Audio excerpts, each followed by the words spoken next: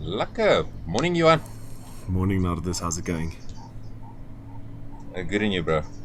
Good, man. Good. Excited, super excited for today. Same.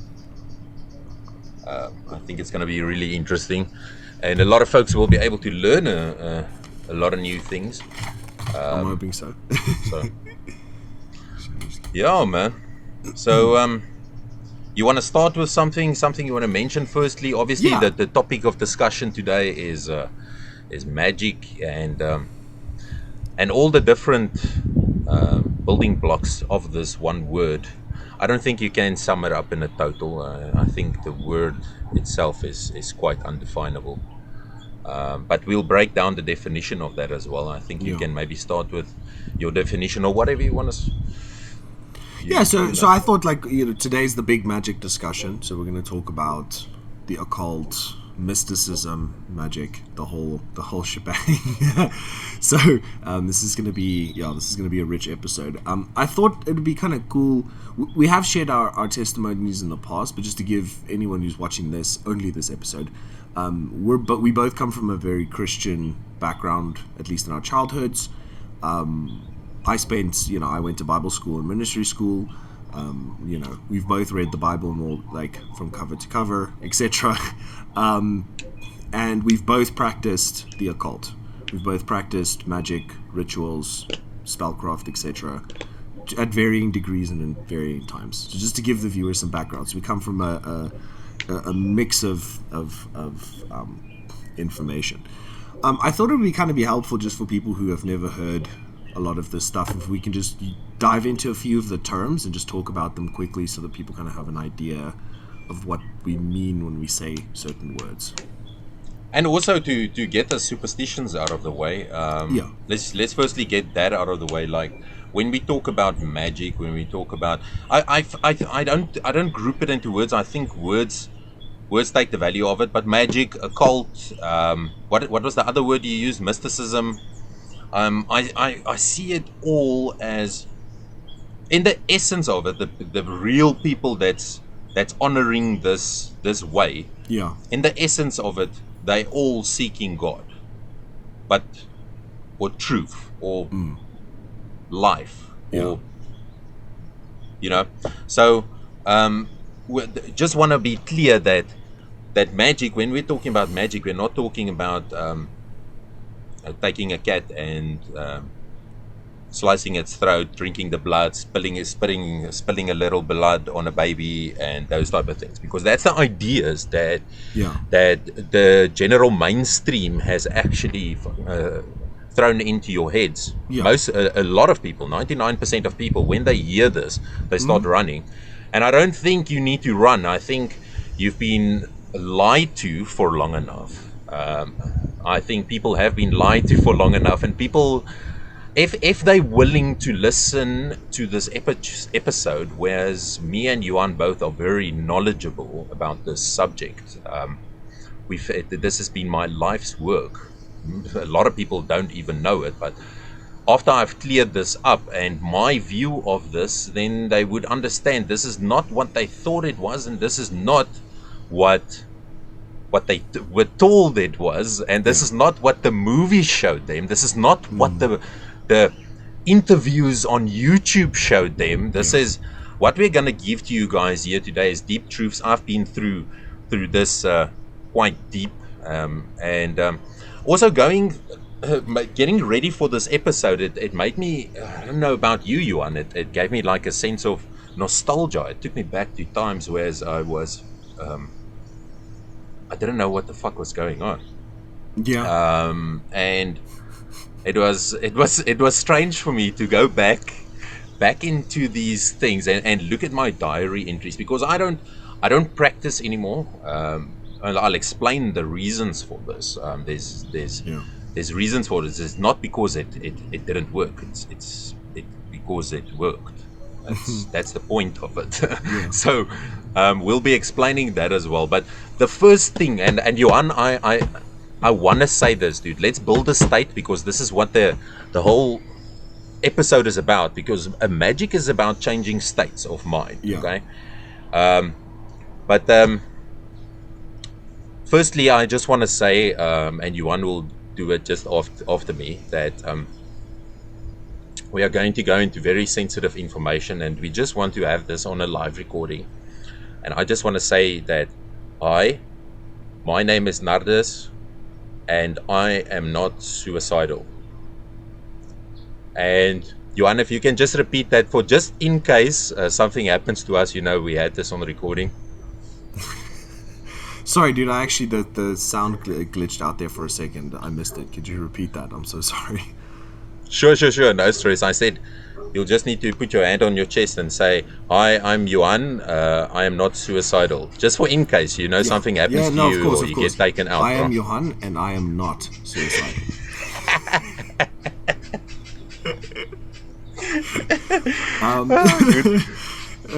Yeah, you can't be too careful when you speak of the things which are normally hidden in darkness. So I thought like maybe just to give a little bit of a framework of the way that the various forms of magic can be viewed. So there's what they call white magic, black magic, and then there's a third one called baneful magic. Now, when most people think of magic, they think of baneful magic. So that would be the casting of spells to harm others, the casting of spells to manipulate others, to control, to dominate, destroy. This sort of spellcraft is extremely dangerous. All high-level magic practitioners understand that touching baneful magic is probably the dumbest thing you can do, because it will always come back to you in an excess. Because there's a law of return, and cause and effect and amplification. So most of the discussion we're going to have is limited to white and versus black magic. So white magic traditionally is seen as mysticism, or monks that are meditating. They are not the magician themselves is not necessarily trying to manipulate the external world. Their primary focus is on connection with the divine, and through that connection there is an outflowing of energies that have miraculous effects on their environment that can be classified as magical. Whereas a black magician is somebody who casts spells and does magic, but doesn't do so to harm others, but maybe to alter and change themselves, or to push themselves in a particular direction. So that would be things like, I'm going to earn this amount of money per month. If somebody is stuck in a poverty mindset, they may do something like that to change their internal, mind matrix, so that they believe that they're capable of and deserving to make that amount of money. Therefore, they will put in the work, effort, and energy required to do that. So that gives a little bit of an idea of the framework, and then a few words. The occult, we're going to use this word a lot. It just means the secret knowledge, or the secret. Yeah, that which is hidden. Secret, or it means that which is hidden, or hidden. And then, so. Sorry, I just wanted to mention something about the two types of magic. Just want to get into there. So yes, we'll be jumping around here, because obviously magic is a very no one could have pointed it down ever. So that's what we're going to attempt to do in this video, to point it down. But it's not something you can actually point it down to, and you can't actually. If to the core of magic is the one. Magic is the all. That's how I see it. That's my definition. Yeah. So when we get to two types of magic, now you see this is where I'm at a different point of view. Whereas, yes, you get black magic, you get gray magic, you get white magic, but you basically just get working magic that gives results, and you get magic that doesn't give results. And And also what I actually wrote this down. This is important. It was for me. Where is it? The two types of magic. Oh yeah. So second thing about that is, and this is what I've written down. So the one is the magick. That's egotistic magic to get something out of selfish ends, and then you get spiritual magic, whereas it is to benefit you and the all. So it's mainly even to benefit the others more than it would benefit you, and you're fine with that. Now that is, in my opinion, is a view of true magic, and that's the only one that can work. The others, they work, but me and Johan have had this discussion before. They come out very crooked. There's always something, it just doesn't add up, man.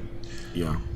So, Johan, while we're on this, I just want to give an introduction, and you can go into detail on this. I'm sure you've got that down on your notes, because for this we've made notes. I've got a shitload of notes. So I'm not going to try to get stuck in my normal ways, so we can move and do this really quickly, so that people can get a massive amount of information, because this is what it is. It's a study I've been into. Johan, how many years have you been studying? Okay, it doesn't matter, but many years of my time, my lifetime, I've actually put into this. Like 7 years. Yeah, so the occult. Yeah, so for me it's 15 years. So it's a very long time. And so there's many things and when I'm saying occult, when I'm saying magic, I'm talking about Eckhart Tolle. I'm talking about like literally just getting into a frame of mind, whereas if you are in now and you are functioning in the present, that's magic. Magic, you can't define it in ritual only. You can't define it in thinking only. You can't define it. So we're going to attempt to do a definition now. So we know the old definition for magic. Okay, so that's Aleister Crowley's. You used it the other day as well, and that is, magic is the science and art of causing changes to occur in conformity with will. So that's the definition of magic. Yeah. That's what he said. Okay, so what this definition says, I'm just going to say it slowly, and then I'm just going to break it down quickly. Magic is the science and art of causing changes to occur in conformity with will. So magic, we can learn here from Aleister Crowley that magic is both a science and an art. Yeah. So why this is noted, and this is just my personal opinion, but I can understand how Crowley thought as well. This guy was a very deep thinker as well, and this guy went to some deep places. This I can assure you. The other day I spoke of him as if he was just a drug, and I think I need to correct myself as well. This guy, he went very deep, and at least he went searching, whereas many people, they don't even try to go look a little bit deeper than what they know. So I still respect that. Yeah. Even though he probably didn't succeed, I hope he did, but he did, he got far. But anyway, magic is a science and an art. So meaning, a science, that is your rational side of your mind. An art is the intuitive side of your mind. Yeah. So meaning, magic is a mixing of the yin and the yang. Understanding the good and the bad is still one, because how can you expect to learn without feeling pain? And when people feel pain, they blame the devil normally. But I didn't stop at that solution, whereas a priest told me, hey, no, it's just the devil, don't stress about it. No, it didn't make sense for me, so I needed to go look further. That's how I got on this path in the first case. So then you look at people like, do you want to say something about Aleister Crowley's definition? I want to move over to Israel Regardie's as well. Let's stay on his definition for a second, because there's something I want to say there that's very important, and it completely will change your perspective on what's, or anyone's perspective on what's being said there. So Crowley said, in accordance to will, right? And he talked a lot about will. Now, the question though is whose will? So where you and I think we agree.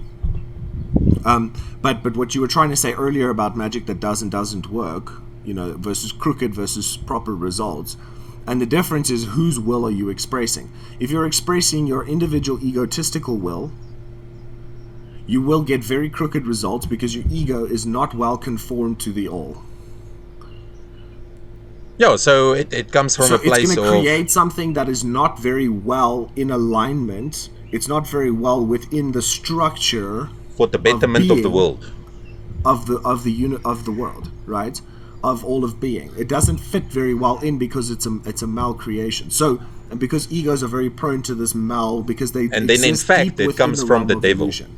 Right, yes. That's what I'm trying to say. It is then the devil's creation. And that's why you're on a fine line with this. And this is why I'm not saying to anyone, yeah, just do it, man. Just do it like you're on a very fine line between the devil and God. You can miss one misstep in your... There's a lot of problems. The mystic might argue, I would prefer not to worry about expressing my will through magic, but channel the divine will through myself and express that. Yes. So the mystic has reached a point of understanding and development where they're no longer looking at what is my will, but it's thy will. Surrendering the ego will over to the higher will. The higher self, and eventually the all God. Right? So there's sort of a chain of will that goes up all the way to God itself. And it's about channeling that divine will through and out into the world, and that will result in it will always result in a very positive outcome.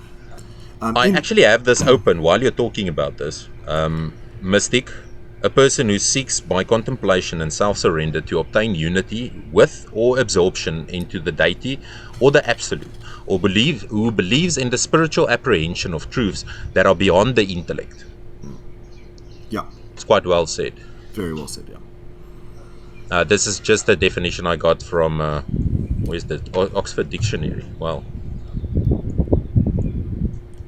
So yeah, okay. So we were on Aleister Crowley, and you were saying as well, magic is both a science and an art of causing change to occur in conformity of will. So you cause change with your will, but very important, as you said, the will can either be an egotistic will, and as it was said also by him as well, he called it telema. So it's so in with regards to your willpower. If you get it from a place where, as you said, you're channeling God, great. If you coming from a place where you're channeling yourself for your own benefit, whereas it would actually be harmful or only be self-excluding for yourself, you'll probably get severe consequences. Right? Well, varying degrees of consequence, depending on how well you've straightened your ego varying out. Degrees of consequence, yeah. If someone's really straightened their ego out, it might mostly be good, but there's still going to be some problems that come in. Okay. So well, this is where also I feel as well that... Which is why you don't want to you can't have half.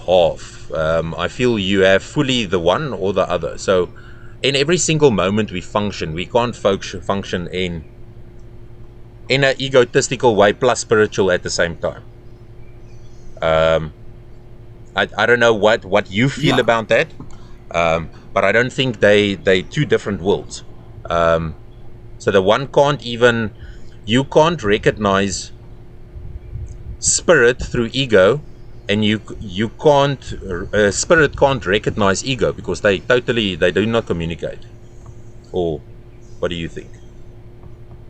No, I don't really agree. I would say that ego is the sense of being apart. So it's the sense of being an apart from everything else. But how can you be apart and whole at the same time? Well, but you cannot have love without apart. Because you cannot love something. Yeah, that's what I'm trying to say in this. So we need to be clear about this. Like, you can't feel love and fear at the same time. I don't know. I have. But I get what you're saying. I get what you're saying. Well, you can only really vibrate at a single frequency at a time. You are correct. Yes. So what I'm trying to say, I guess, is that the ego, when correctly constructed. So the ego has to exist. Therefore, there has to be a way in order to construct the ego so that the ego is functional and doesn't cause cuck for everybody, right?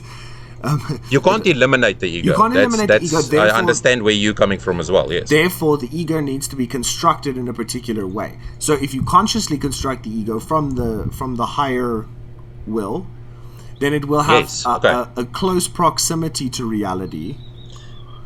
Because it's keeping the dog on the leash. Yes, yes, exactly. And then if you treat the ego with the love, respect, the same way as if you treat an animal with love, respect, and discipline, then you will have there will be a very healthy relationship between your higher spiritual self and the dog of the ego. Let's put it that way. Exactly. So what I'm just saying is, at that point, the dog is not doing the walking anymore.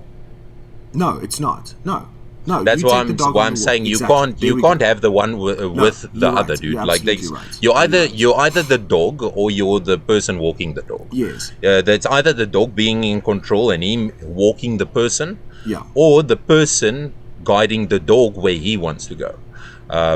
It's just a simple explanation, but that's we are both in two minds there. We just had I think this is important because it's a topic that people have a hard time understanding, and so I think by encompassing the circumference of that topic, we've given people an insight on how to synergize that in their own heads. Great. Okay. Another thing, structure of magic. After we've done the definition of it, structure of magic, very simple formula. So, you want to talk about it, or can I go into it? Just I have something simple that formula for magic. I think I have something that I think will set the stage well. Build up to it. Okay. All magicians, anybody who understands this, mystics, understands that everything you do is magical. Every single action has magical effects, and so every ritual, because we all have rituals.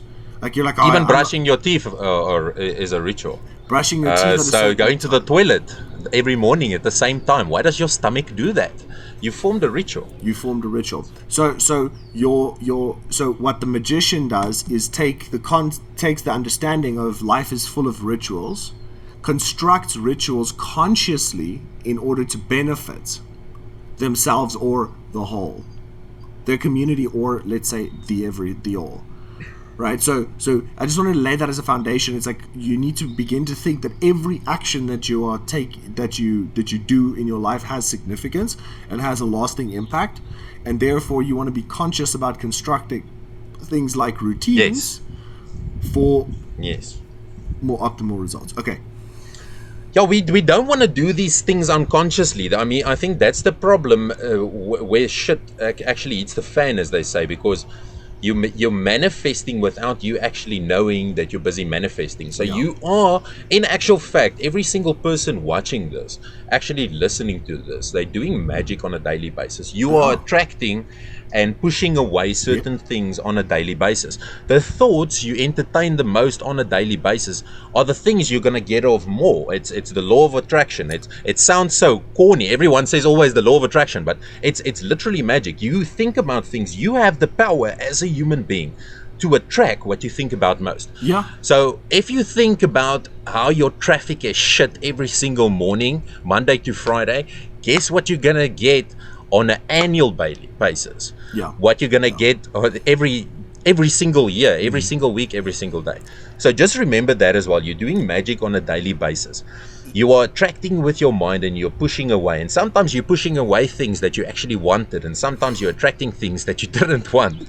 And it's because we're doing this unconsciously and we actually do not know how we function. And most people are not willing to know how your system works. But do you actually want to sit here and say you do not want to know how the system this is the only thing you must actually run in this world?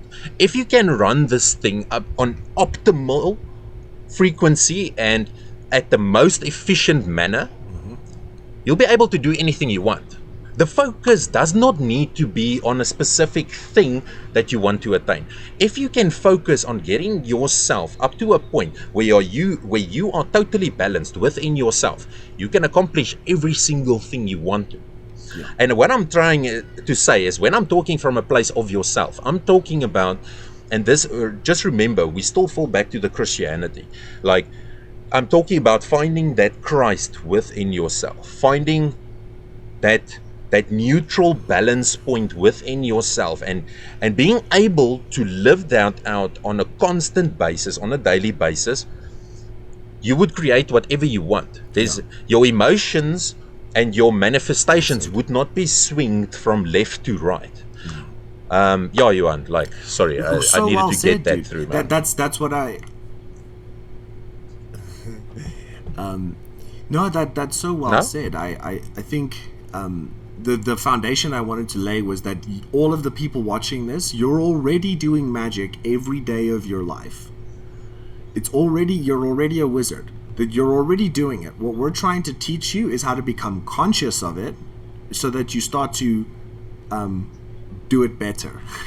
You've already got rituals. You're already manifesting a reality. Every time you look in the mirror and do your makeup or whatever it is, when those thoughts that you're having in your head, you're busy creating an incantation on yourself. You're busy casting a spell. Every time you make a meal, right? What we're saying is not some removed concept. It's not some whole new skill set. You're already a magician. We're simply trying to teach you how to become conscious of the magic you're doing, so that you can do it in a more conscious, ecological, homeostatic way with the universe, in harmony with the universe, instead of in disharmony. 100%. Okay, so the formula.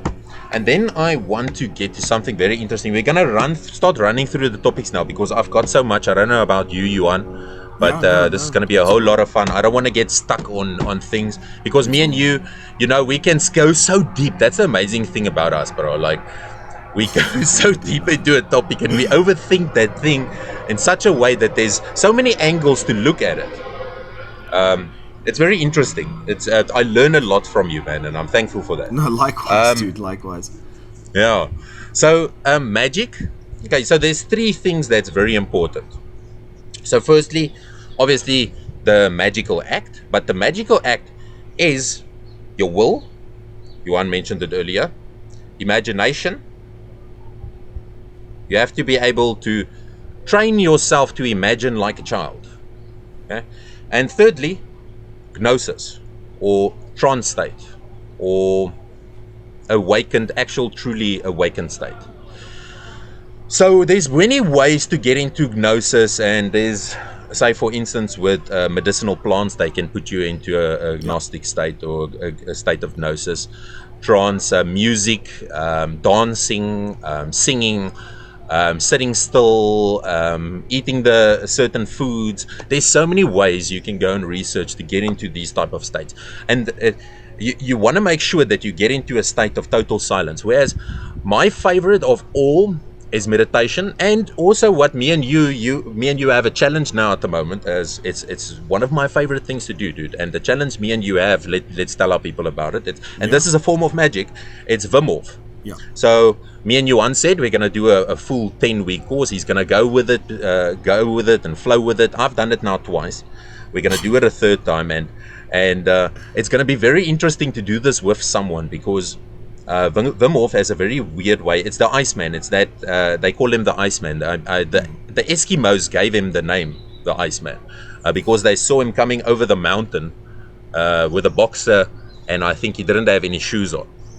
And they were like, what is this? And it's actually them that gave him that name. So, which is quite amazing. I think that's crazy if you think about it. But anyway, now me and Johan, we're into this Wim Hof at the moment, and it's interesting. What do you find about the types of breathing, Johan? Like, so let's dive straight into yes. that. And so when you're saying a gnosis state, or so. We have various frequencies that our brains can run. You could just simply strap somebody up to a monitor and you can check alpha, beta, theta, different wavelengths. Yes. When you meditate or get into a trance state, we are particularly getting into certain brain frequencies. So to make it a brass tacks thing. This is scientific. This is not some esoteric conversation. This is we're not pulling it from the sky. This is literally, there are frequencies that your brain can vibrate at, or fire at, that will allow you to enter in a different perspective of consciousness and operate. You can clearly notice it with music. Yeah. if you let's say you're really listening to music and let's say dancing as well, and there's almost a sense of where you dissolve into the music. That's what we're talking about. We're talking that sense of the boundaries between yourself and the room begin to just start to dissolve. So what I noticed with Wim Hof's breathing technique, it's basically tumo is what it's based off of, the Tibetan technique that those monks that evaporate. So they go they sit like in a room with the windows open. It's snowing outside. And then they have a master who dunks rags in ice cold water and puts it on them to prevent them from overheating. Yeah. And then they dry. They stir up the fire in the belly. Then they dry the cloth, literally using their own heat. So what I found with the technique was that it actually reliably recreates an altered state very quickly.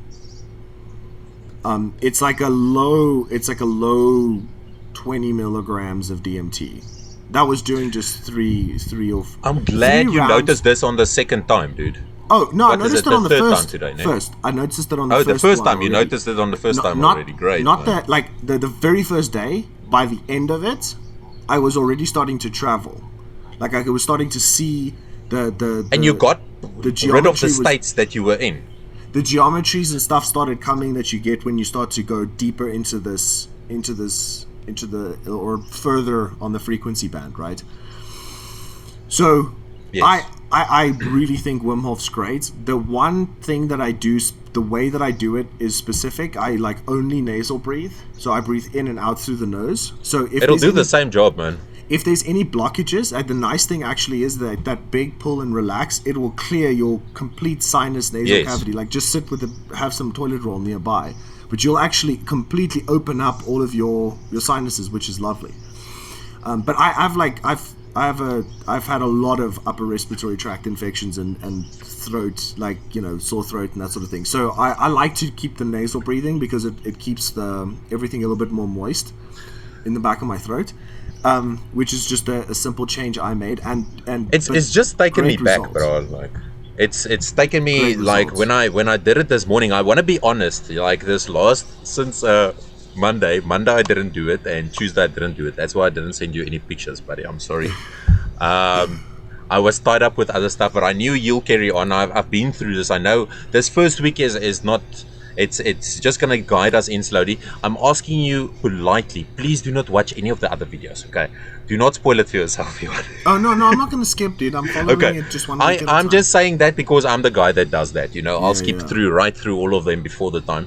Don't do that, but after this first week, dude, we're going to enjoy this so much, and I'm sure we're going to make a later video right just about this, dude, and it's going to be very interesting, the progress we're going to have, because this has now been 3 days in.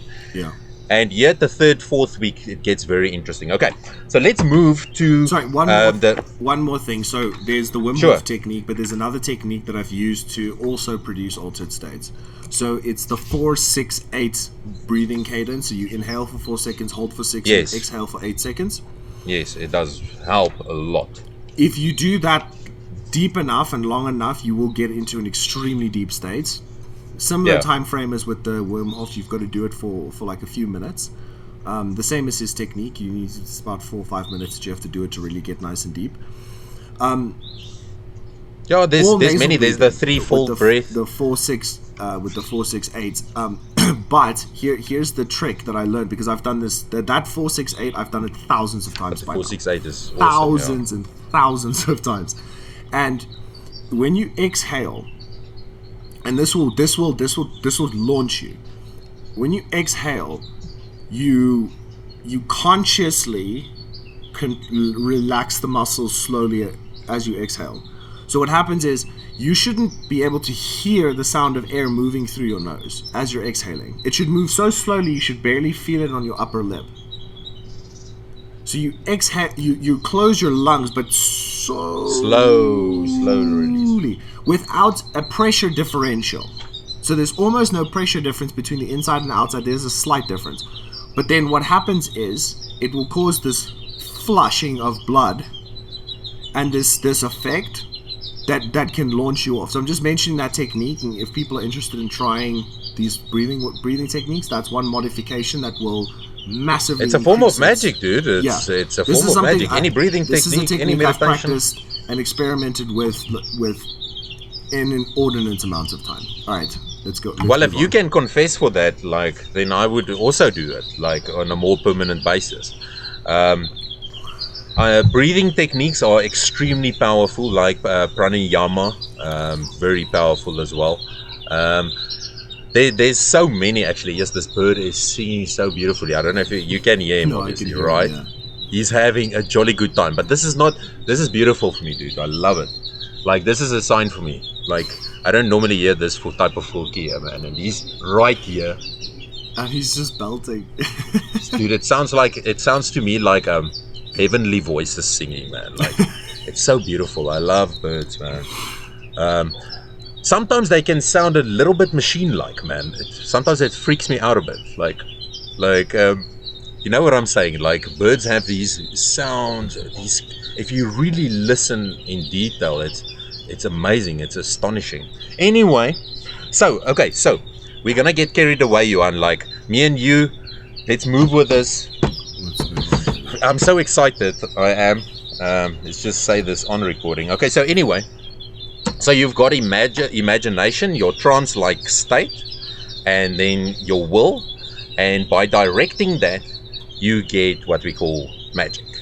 Okay, and again, the big problem and the big difference comes in, and that's for me the two types of magic, is the one whereas it comes with the will.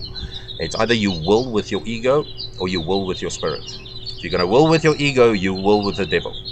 You will get the results. You will get lusty results. You would get envious results. You would get fearful results. You will get angry results. Let me use an example. Long time back, I used a specific ritual, whereas in that specific ritual, I was not very focused, and the general sense or energy I was in was fear, but it was trying to attract something. And I got that thing I attracted, but when I got it, it was in the state of fear. And for the whole time I had that thing, it was in the state of fear. So I've never ever in my life done anything to harm anyone. I will never ever touch baneful magic or went in that way or to overpower anyone. It was never ever my intention. My intention with this was never that. My intention was to get closer to God and God alone. People can say what they want. They can go and bow down to their idols and say that's okay. But for me specifically, it's come, and I'm sure with you as well, Johan, it's come down to honoring the true will, honoring that Christ in you that is calling you towards a place where many people fear to tread. Whereas many people do not dare to go, and it is what it is, man. Like, it's a very easy to just get trapped into this this normal way of thinking, whereas you just get your two and a half kids, you get a job, you get a life, and so you go on with that. And I don't mean this to offend anyone, and I don't mean this to call out anyone. We all have our choices, and there's reasons why certain people feel they have to be more comfortable. There's reasons for everything, but also, even if you are comfortable, please just do not forget to always keep searching. To always, when you get an answer for something, do not just accept it as a fact. Go look. Go just do a Wikipedia search. That is a form of magic. It's literally getting more information into your mind. It's broadening the case. Yeah. Good. Good. But okay. So let me, while you're thinking of that thought, bro, let's move here. So I've got one thing, and you specifically reminded me of it, because me and you had a chat about it, and that's Hermes Trismegistus. And this is a very, very interesting subject, dude. We can speak about this on a whole episode. Most people, if you're going to talk to them and you're going to ask them who's Hermes, they're not going to have a clue, dude. But I'm going to read They might say one of the Greek gods. If they're well educated, they'll say a Greek god, but a Greek god, but they do not know the extent of knowledge that. Yeah. And I'm just gonna read the Emerald Plate of Hermes quick. True without error, certain and most true. That which is above is that which is below, and that which is below is that which is above. To perform the miracles of the one thing. And as all things are from one, by the meditation of one, so all things arise from this one thing by adaptation. So making the two one. That's what I take out of that sentence. There's many things to take out of it, but just my saying. The sun is its father, the moon is its mother, the wind carries it in its belly. Its nurse is the earth. This is the father of all creation. Undivided and absolute its power if it's turned to earth. Separate the earth from fire, the fine from the coarse, gently with great ingenuity. It ascends from the earth to the heavens and descends again to the earth, and receives the power of the superiors and of the inferiors. Thus thou hast the glory of the whole world, and all obscurity will flee before thee. This is the force of all forces, overcoming every subtle and penetrating every solid thing. Thus the word was created. Hence are all the adaptations of which this is the manner. Therefore I am called thrice great Hermes, having the three parts of the philosophy of the whole world. Why three parts? That which I have to tell is completed concerning the operations of the sun. I just wanted to... So Hermes Trismegistus, or Hermes the thrice great, or three times exalted, is a figure whose teachings created a tradition known as the Hermetic tradition. Now, people who follow that tradition claim that this predates ancient Egypt, essentially. That this goes back basically to Atlantis, or the earliest, let's say the earliest kind of mystic school. And some people also say that Enoch and Hermes Trismegistus were the same person, but perhaps with different incarnations. In any case, the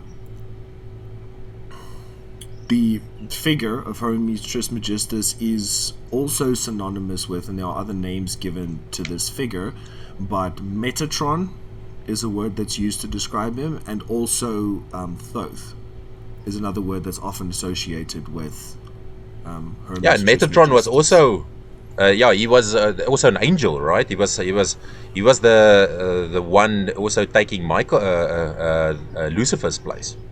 As they say, a lot of people takes it back that far as well. Yes. So all these things interlink for some reason. You can't always tell the full story, but it makes sense. So let me just kind of finish that intro on this mythical figure.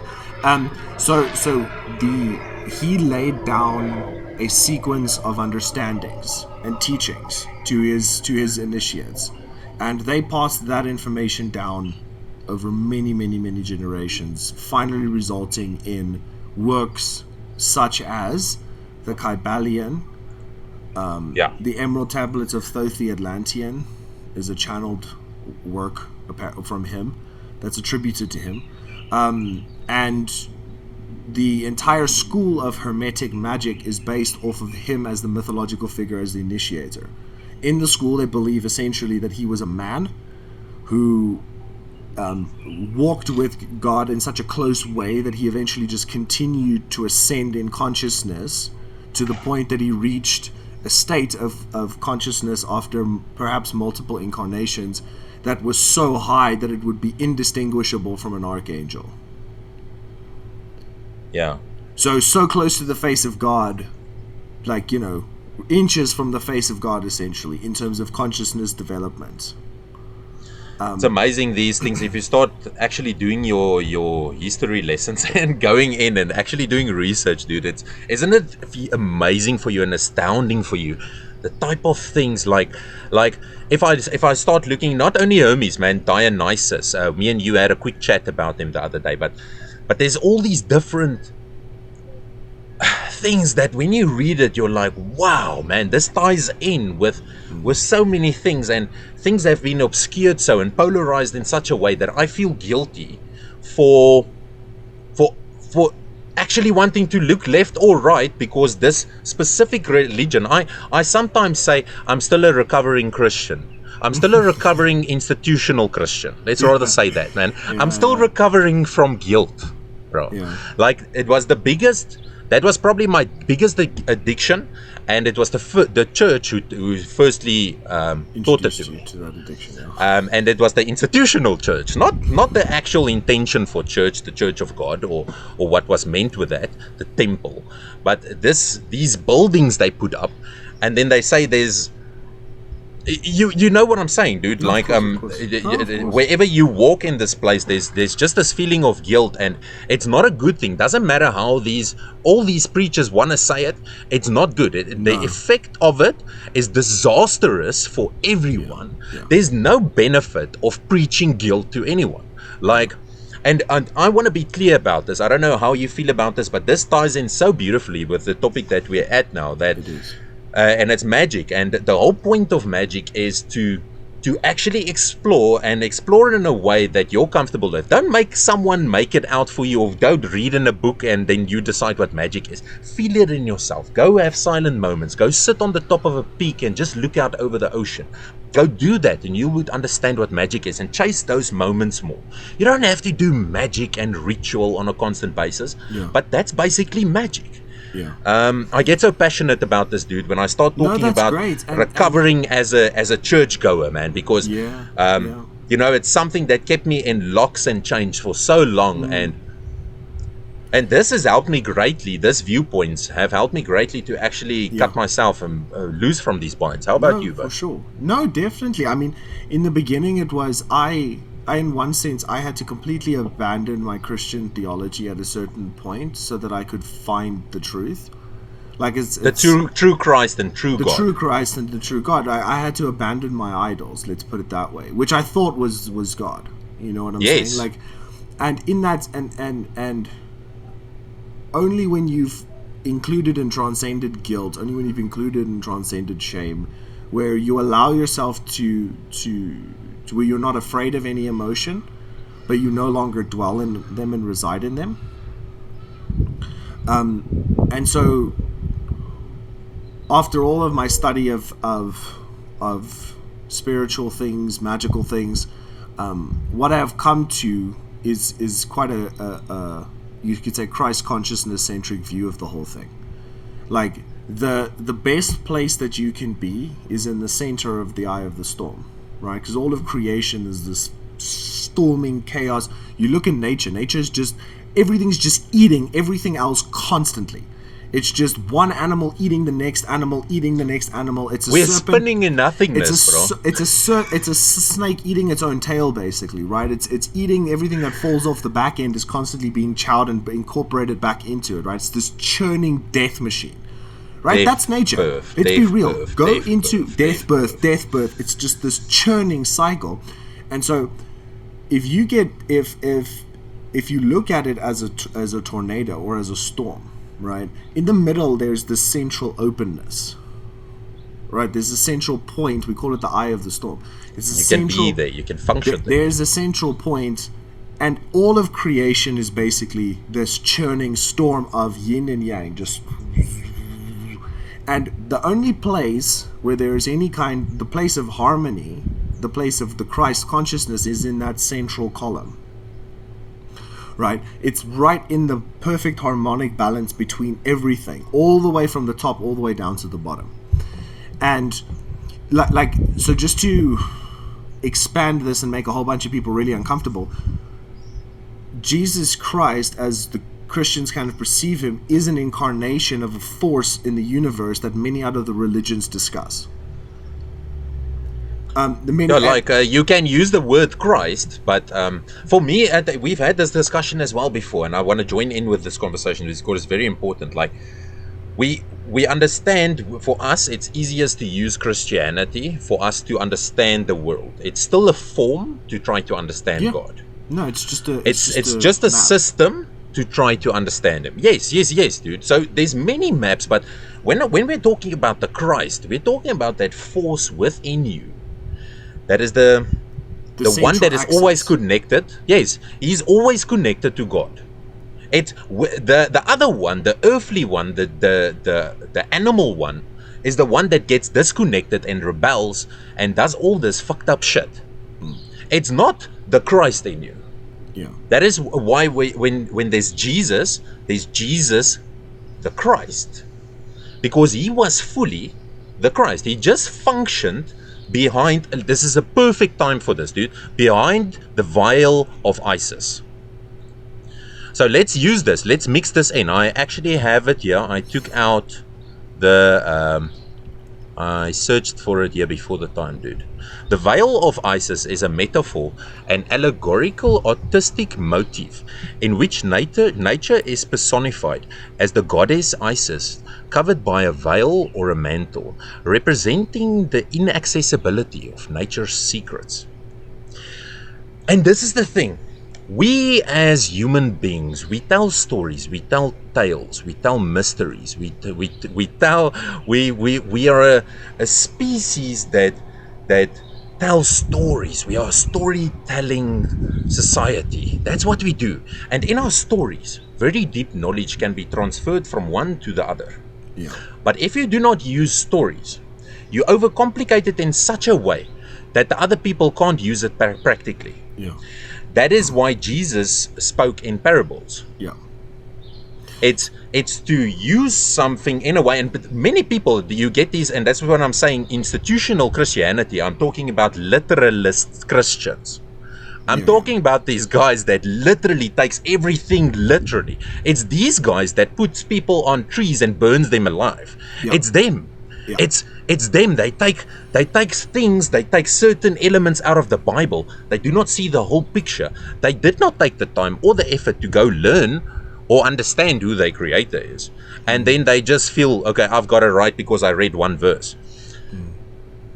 What do you think, buddy? Like the Veil of Isis. Sorry, I'm going to pull it there again. That's awesome. And what happens if you don't see behind the veil, right? Is you come up with all these crazy excuses. And like for some of our audience, they might be very Christian and just sort of expanding their I am awareness. Christian, dude. I'm 100% Christian, but I'm there's an egotistic Christian to play it safe and just to do it because everyone else does it. I'm not friends with that type of Christianity. Well, I would call us Christian mystics. Because I would call us Christian mystics because historically that's the word used to describe our branch and interpretation and the way that we practice Christianity. It's of the mystic tradition. I am very welcome to that words. I think like that's that a fair way yes. to put it. That's what I. Let's say I aspire. I aspire. Yeah. I aspire towards that because wow, that's to be a mystic, a Christian mystic is. Yeah, and I mean, let's use some practical examples of how magic plays out in everyday life. So, I've got one example that immediately popped into my mind when we were talking about baneful magic, revenge, etc. So there was this. I want to be very careful because I don't want to expose anybody who shouldn't be exposed in this. But there was a situation where somebody very close to me had somebody during the days when I was a little bit like really experimenting with plant medicines and that sort of stuff, exposed somebody that was close to me to their parents. So they went essentially and were like, hey, you know, this dude is exposing your child to harmful substances. and this was right when I was, you know, in the heat of my magical practice, and it was like I could make a bus hit this guy, and like there was just this, I knew because every spell that I had cast had worked, right? And so there was this like I could just take this guy out, right? That's the easiest solution, right? It's just like, we'll get rid of the problem. But I was like, no. I've learned enough. That's because that's just the ego's response, right? It's like, we'll just get rid of him then, right? And it's like, well, yes, that's always the response. Let's just make war, kill it, or take it out of the way. Yeah, that's the first ego response, and then you've got to go deeper than that response and go, okay, well, but I don't want to start war. That's a real dumb response. It's insanity. No, it is. Yeah, but the first response, and we all do that, dude. No, I know, dude. I know. That's why I'm giving this example. And so I was very tempted to do something against him, and I was like, I'm not going to do that. I'm going to view this as a stepping stone. I was also reading through Prometheus Rising by Robert Anton Wilson. And I was like, no. This is a stepping stone towards progression. And I actually managed to deepen that person's relationship who was exposed with their parents and help them build a deeper relationship. As opposed to making it kind of a fight. I was like, no, I'm going to use this expose as a chance for this person to get closer and connect deeper with their parents, right? And that had some positive benefits. So and then eventually that, like, the person who essentially attacked both this person that was very close to me as well as myself, because indicating that I'm the offending, accusing me of being this horrible influence, when all the results in this person's life were positive. Every single metric you could measure, even body fat percentage, had improved. You know what I'm saying? Like, this person's getting healthier, like their mindsets are improving, they're like engaging the world more, and I'm having shit thrown at my face, right? But I was able to transcend that by changing my mindset on it. No, this is a stepping stone, it's an opportunity for me. And I'm just going to extend compassion and forgiveness to this person, because this person who's trying to attack me, I went deeper. I understood that they're doing that because they're insecure. They're doing that out of a place of hurt and disconnection. Yeah. And that person's life had consequences because of what they did to me. The consequences played out in that person's life. Yeah. But because I didn't go and take revenge, that person's life actually had a happier ending. And they apologized eventually. It would have been a real shitty effect on both of you if you went out and took that course. If you went impulsively and you just thought like most animals do. Because that's animal thinking, dude. It's animal thinking is to eat up or to divulge whatever it is that is now in my way. Like, and it's a cannibalistic way of viewing things, you know. It doesn't resolve anything. So, and now because you did that, you actually gotten golden results, and him as well. That's such a beautiful story. And how else can we convey that information without your story present there, Johan? And this comes back to that story thing we said earlier. Like, we use stories. That's why I wanted to tell that one, to convey information. Yes, dude. So thank you for that. There was another friend of mine who I was teaching some magical practice to, sigil magic in particular to. So there's two stories here. One is about chocolate cake and one is about a house. So the one about chocolate cake is about a friend of mine, and he basically wrote down that, like, I always have chocolate cake type of thing. He made a spell basically to attract chocolate cake because he didn't want to do something too serious because he was afraid that it might work. Right? So he's like, how can I dip my toe in to see how much power I really have? You know? And what consequently happened was that no matter whose house he went to, right, no matter where he was, he could not get away from chocolate cake. Like, he would go to, like, visit his girlfriend, for example, and then her mom would be like, oh, do you want some chocolate cake? And he's like, what? And then he would go out with somebody else, and then they would, like, order him chocolate cake. Or we would go to a friend's house to go play video games, and then his mom would be like, do you guys want any cake?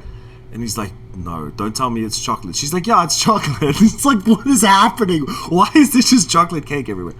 So that's the first story. And that's an example of, like, it almost got to the point of, like, it almost started to bother him a little bit that was now the only dessert that he could ever like, anytime he wanted dessert, all he could see or get to was chocolate cake, because that's what he projected out there, right? So, and then the other example is me and I wanted to live in a landed piece of property with a garden, right? Because I wanted to be able to grow stuff. I'm a green thumb, there's all of that, right? So I made a spell for that and launched it. Okay. It took many months before that became a reality, right? But it literally kind of fell in my lap. Like, I was renting, a room, etc. And the next thing was like, hey, I heard you, are you looking for a place? My house just went empty. And it's like, I go to the house and I'm like, this is what I wrote down. Right? And so, but the problem was, so here we get to the crooked results. So the problem was, I hadn't built up everything else I needed to keep what I wanted. So it ended up being really stressful, at least like the first year or so. And subsequently, I've had other difficulties in upkeeping and being able to pay rent, etc. Right? There's been times where that's been very, very difficult because I pushed for something. I want this now. I got it, but then the price I had to pay in terms of hard work and stress was quite significant. Like, I had to work my ass off to make sure that I could keep what I asked for. Right? So that's whereas. I learned these same lessons with sigils as well. Also, specific to get specific results, and then it was an over stimulation. Yeah, and then you sometimes get more of it than what you actually wanted.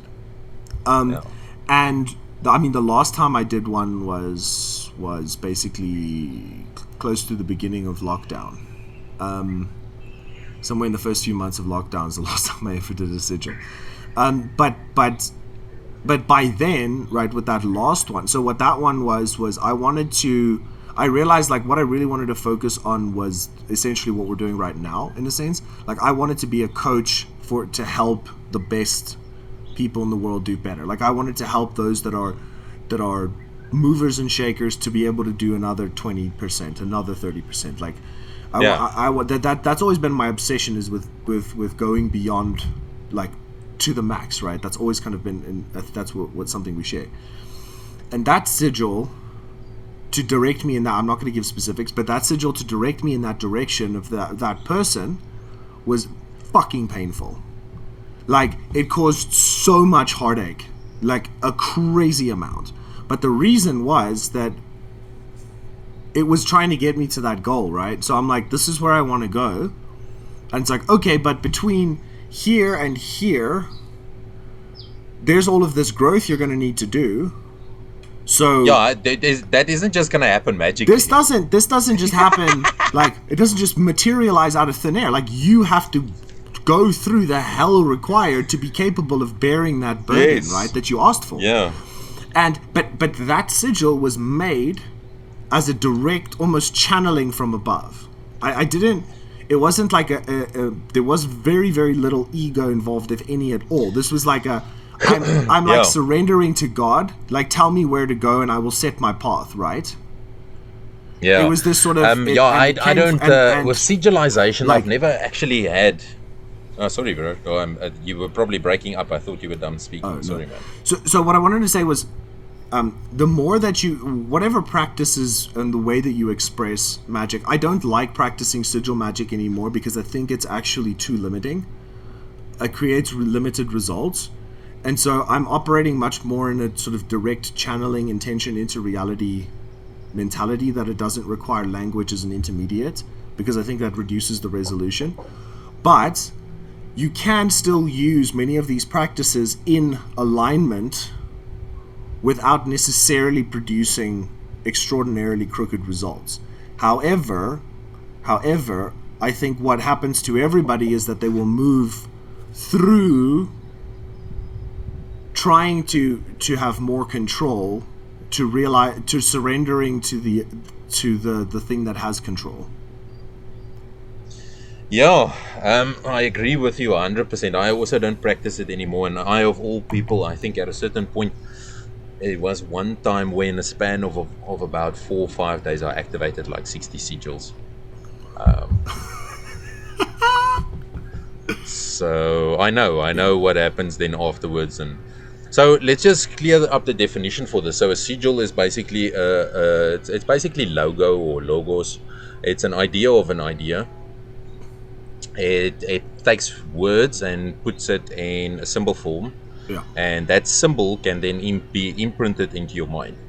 And it's exactly what any knowledgeable big corporate company does. Is they want to actually they want to mark in that symbol into your mind, so that when you think of a certain action, you think of that logo or that company or that entity, because that's what a company is. It's an entity.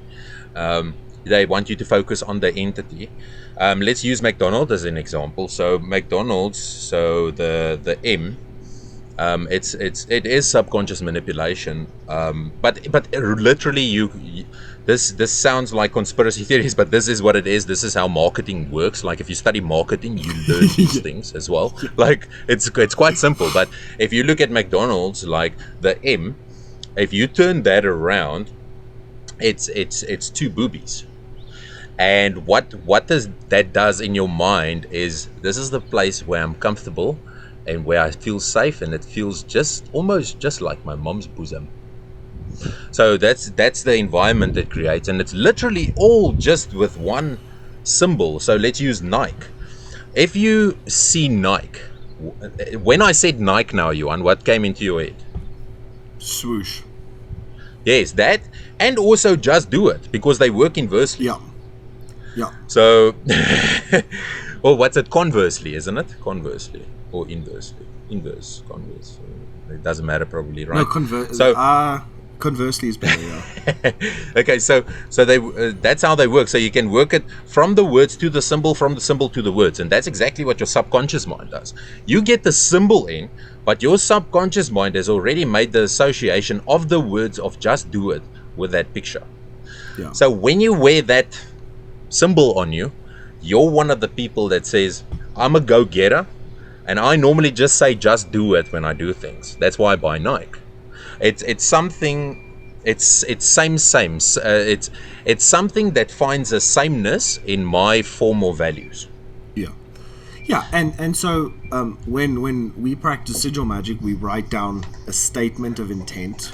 We then use a artistic process to turn those letters and things into a symbol, an image, that we can then implant into our subconscious mind and fire as an intention into the universe.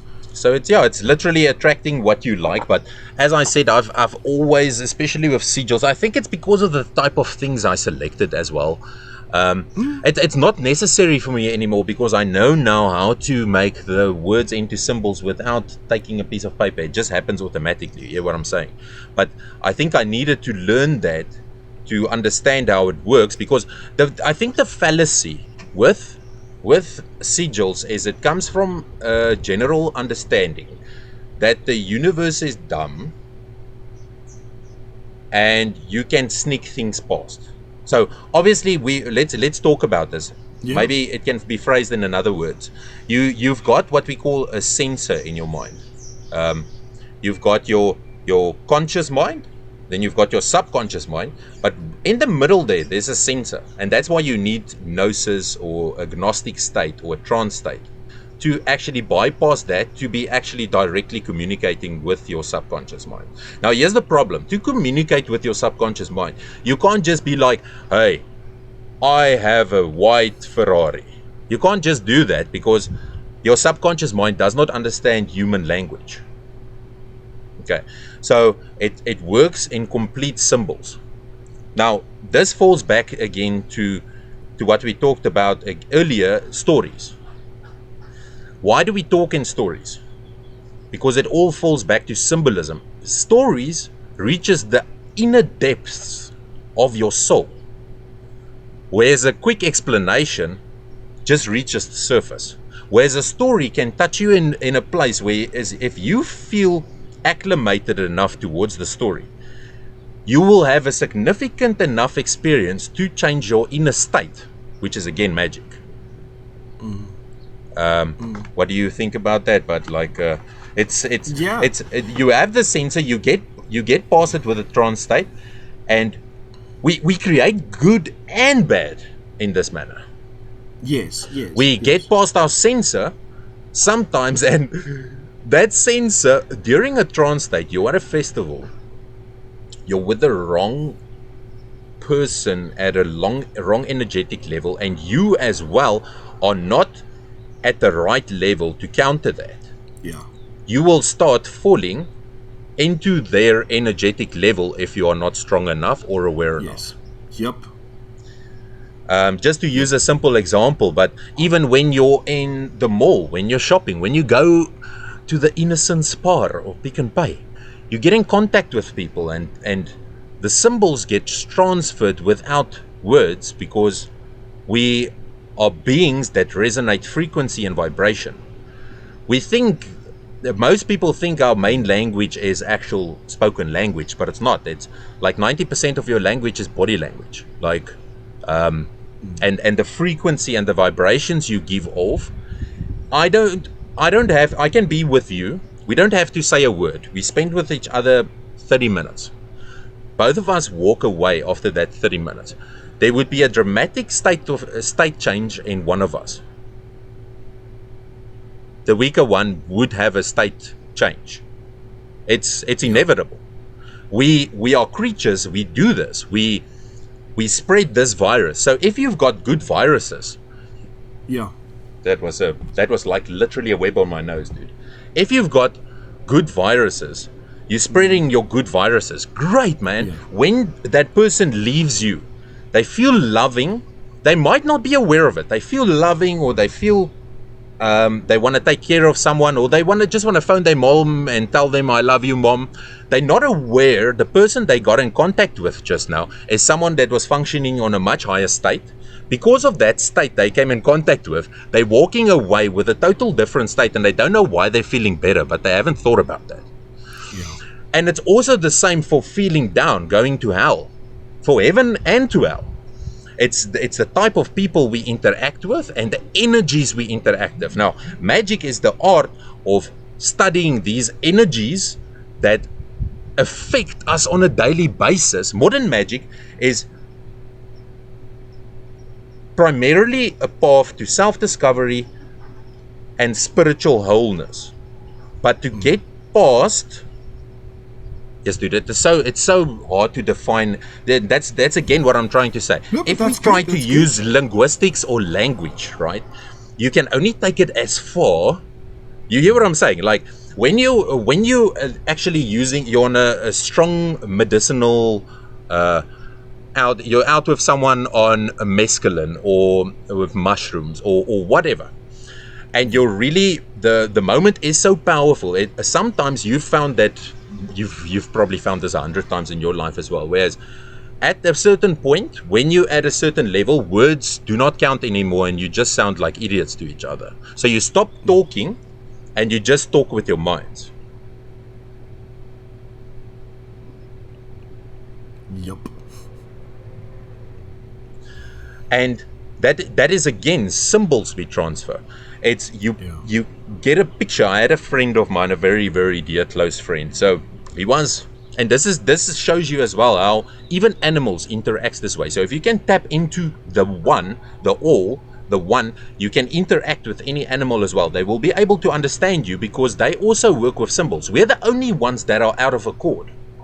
We're the only ones that's not knowledgeable on this power. So he told me the story of where he was sitting and doing all his editing work, just editing away and editing away and editing away. And his cat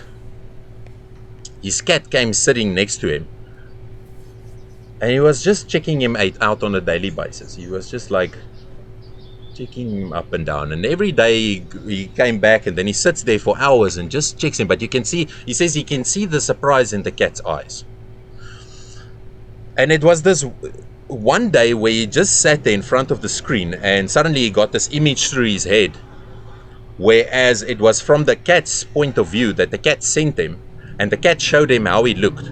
So how he looked was he was sitting in front of this thing looking at this white screen, because the cat can't see all the entertainment on the screen. His eyes are not built for that. So he only sees this guy sitting in front of the white screen and doing this like a machine every single day. And the cat sent him a message saying, dude, what are you actually doing? Like, what are you actually doing, buddy? Like, this does not make any sense. You're sitting in front of this white screen. Why don't you come and catch birds with me? You know, that was the type of attitude that the cat was having. Like, and people, oh, dude, there's whales here in front of me again. People say that's crazy or insane or whatever the case might be. 3 whales, dude, humpbacks. Oh, and there's dolphins.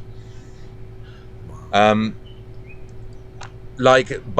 it's not insane, dude. It's insane to think we are just these physical flesh machines, dude.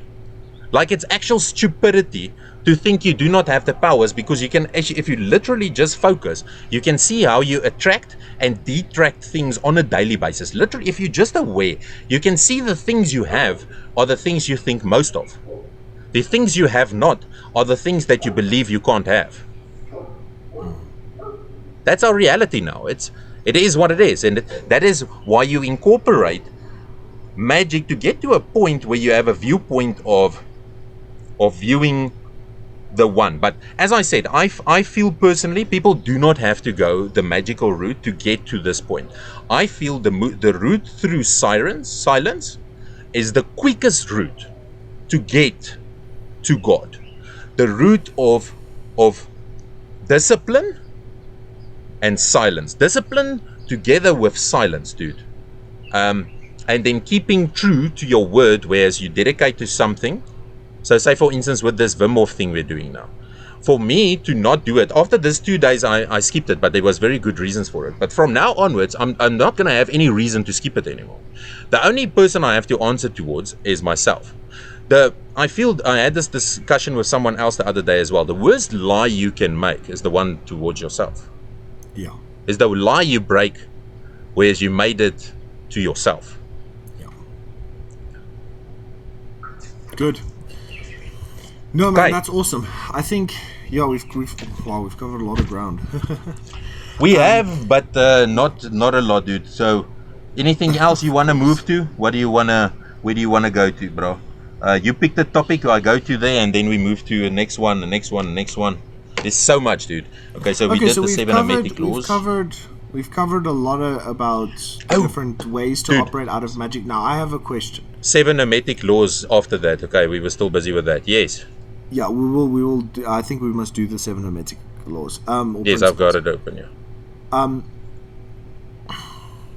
Yeah, principles sound so much better. When it comes to changing bad mindsets, right? When we talk about people who have a lot of negative self-talk, for example, right? Do you think that there's a utility in using things like sigil magic to change self-talk? So, let's say, for example, somebody has this self-talk of I am ill and sickly, or I am always, like, why do I always get sick? That's all, but they have a lot of negative self-talk about their health. Do you see some potential for it to be beneficial to make, let's say, a sigil that says something like, I am healthy and vibrant, so that, and use that to kind of move their minds from that old way of thinking to a new way of thinking? Or do you think that's perhaps just doing things like affirmations are more beneficial than taking it to a sigil magic kind of point? Or how would you interact with that? Okay, so the most important thing, I'm just writing this down again because I get sidetracked, dude.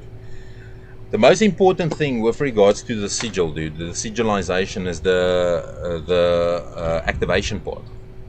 Yeah. Now, this is the problem. This is why I do not proclaim it, and why I'd rather proclaim someone to do maybe a repetition, mantras, get into a trance state, listen to music, and write these things down that you want to repeat. Write it over and over and over in a positive present state, with the music, creating a gnosis, using your imagination and putting it on paper, taking it from your subconscious onto the paper, saying it as if it already is. I think there's much more power in that, and there's much less room for failure, and I'll tell you the reason why, you are. Like, when it comes to activating a sigil, now this is the problem, dude. Like, you have to activate the sigil with intense emotions, right? And that is the hack.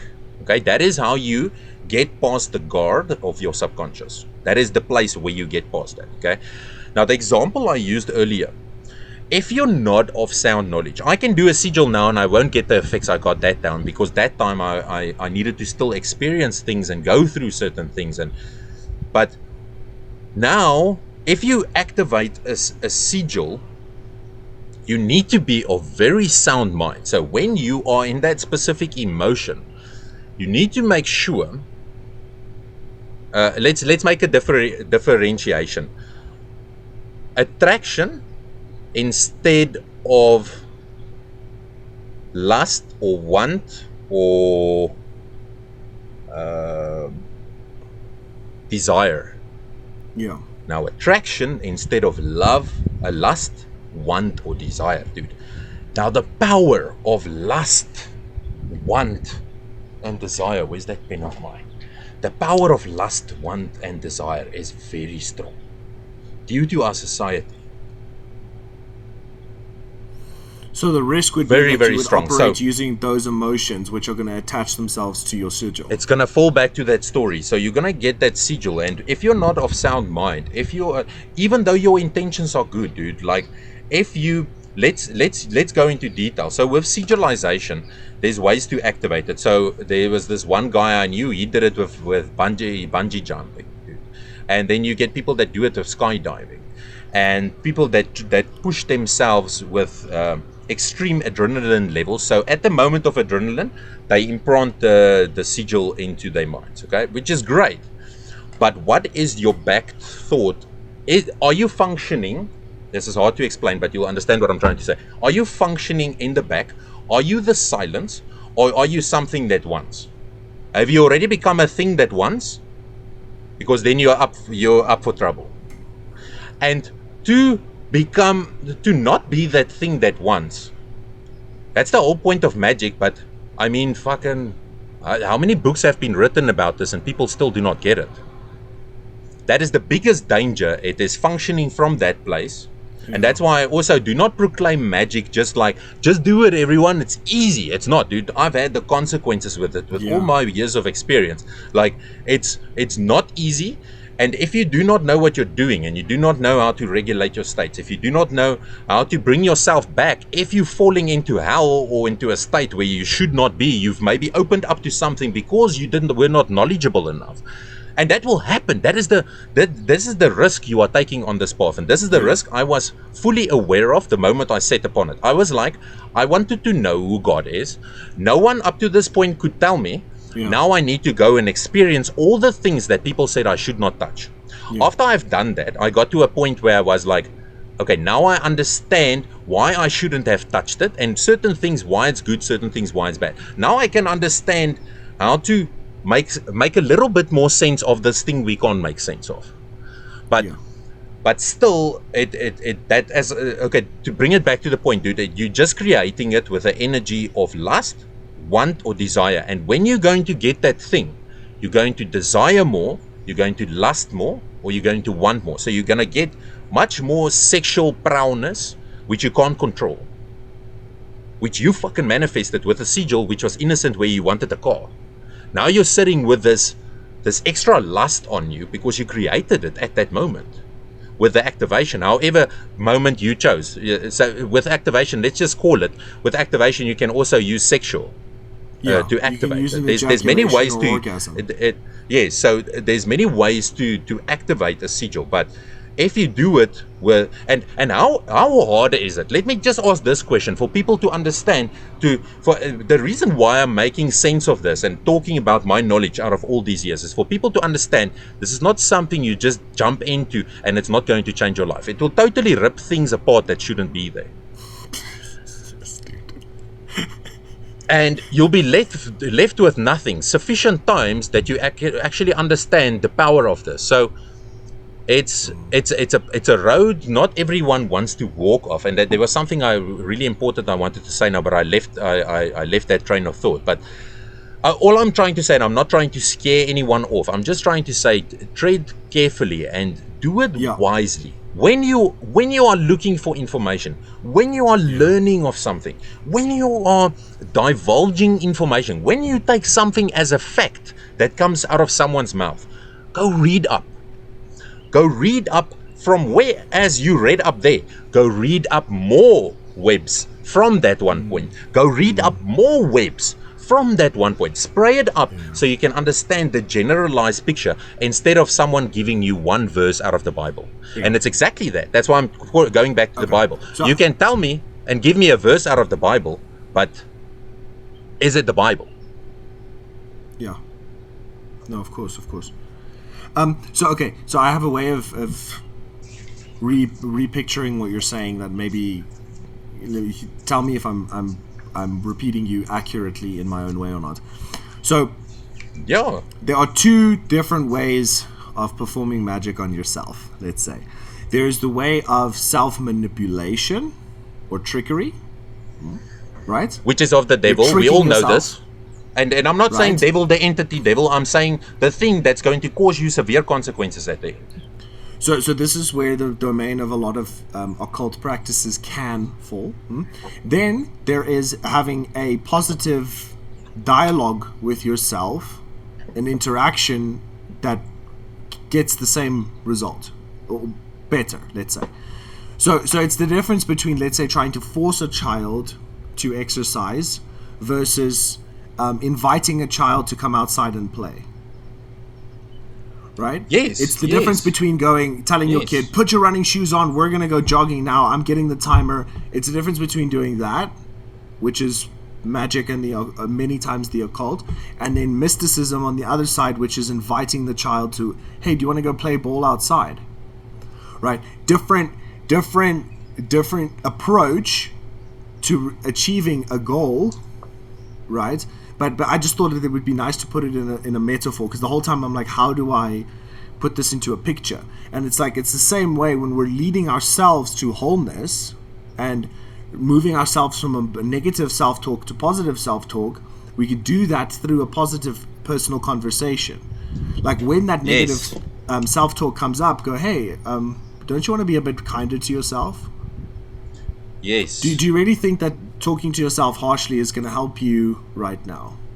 It will lead you astray. It'll take you to all the wrong teachings as well, because you're functioning in that frequency.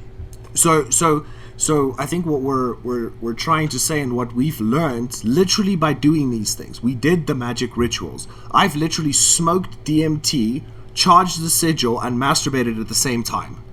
Like I literally charged the sigil. Let me tell you the story. I had the sigil and I was like, okay, I'm going to try different altered states to charge it. So I'm like, well, the ejaculation method is the most effective, right? I'm not scared, bro. I tried these things out, and then I wanted to use DMT to access an even deeper level. The problem is you can't have an erection and be on DMT at the same time. As soon as your DMT goes up, your penis goes down.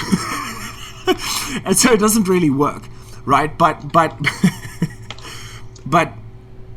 you were trying essentially to hack there, dude. Like yes, I was trying to understand, but I was trying to understand as well, right? You're trying to understand how do I get this result? What is the best way to get this result?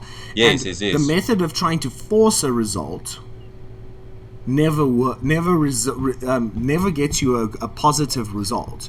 Yeah. Right? Every time we try to force something from happening, whether that's to ourselves, whether we're changing self-transformation, whether that's a relationship we have with our boss, our wife, our husband, anything that's forced, our family, our relatives, when we try to force something to be other than what it is instead of in an invitation, yes, because love always invites.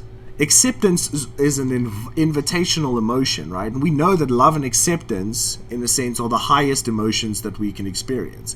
Gratitude and love and acceptance, you could say, are the three highest emotions that human beings have. Because gratitude is a recognition, right? So I think where we've both come to is we've gone from trying to force ourselves into a different state of consciousness, try to brute force our way into higher consciousness, and moved to a more relational self interaction of inviting ourselves to higher consciousness. I've tried so many times. Yeah, I've tried so many times, dude, to put this in words. And I'm trying to, I tried to figure out how I got to this point where I was at a certain point, especially with magic, during many times in magic, where I was so freaking confused because I was actually functioning in nothingness. You know, I already made the dedication where I'm going to be that guy that's going to say, I'll explore when I'm sober or when I'm on medicine, on some psychedelic medicine. And that was what I was doing. And yes, dude, it was... Dude, like, it's like, how do you explain it, man? It's like, it just heaven and hell. There's no other way to explain it, man. And how can you be more in heaven if you do not know what hell is? Yeah. And that's the thing, I think, magic, if I can say it in a story-like approach, I think that's the thing that magic taught me. It taught me firstly, out of my lusty emotions, my envious emotions, my desireful emotions, I got extreme side effects, and you as well. And from that, we learned what not to do. But still, I made another sigil after that says, I am a humble man. Like, why did I do that? Well, I am, I am now, and certain times I'm still not a humble man. But dude, I got the full effect of that, dude. It almost crushed me, man. Like, and well, that is being humble, isn't it? and like, yo, man, it's just how can I say it quickly in words? It was trial and error, and sometimes I'm like, I'm glad I did those trials and I got those errors, and some of those errors almost killed me, dude. Like mentally, whereas I almost took myself out as well certain times. Yeah. Like, and I'm so thankful I didn't, because otherwise I wouldn't have seen the light. And I think many people fail on this path because of that, and that's why they also label it as from the devil, because many people walk this path and they do not get to the point where we are at now. Whereas I returned back. I went a full ring around, dude, and I still returned back to my father. The moment I returned back to my father, I was like, oh, basically, I probably need to be here, right? Like, now I know it. Like, I went the furthest away from you possible that I could. Yeah. I, at a certain point, without telling anyone, I was an atheist, dude. I was full in on atheism, and I was...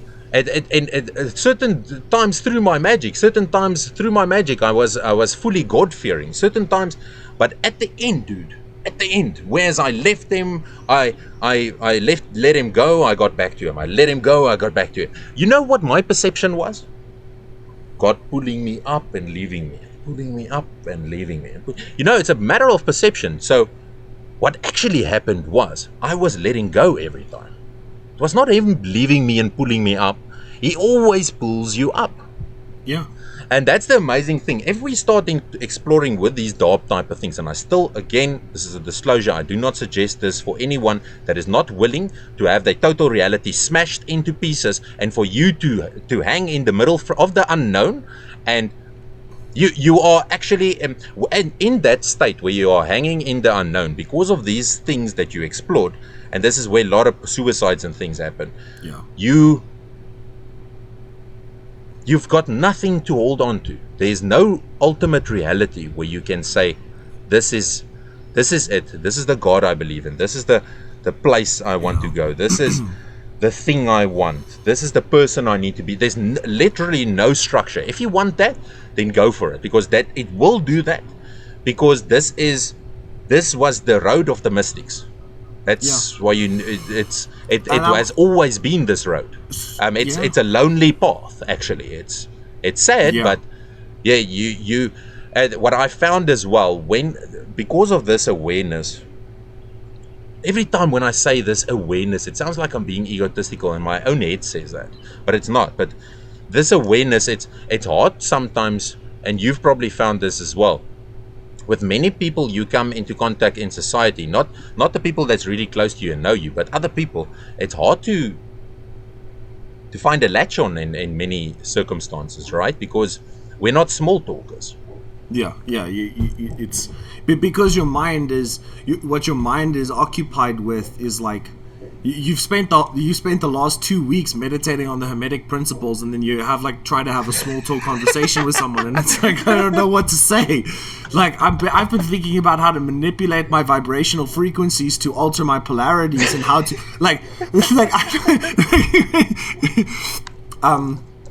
no, it is, and so what I would say is that if anybody is on the path, like let's say on a path of deepening in their spiritual practice, etc., what I would recommend is do the breath work, do the meditations, do the meditation where you sit and you ask yourself the question, why am I sitting here doing this meditation? And find as many answers as you possibly can and try and go back as far as you possibly can. Which is like, well, my parents did this to me, that made me this way, therefore this. So what made my parents be like that? Well, what made that person, and trace, do these different exercises. But I would really caution people not to try to manipulate reality.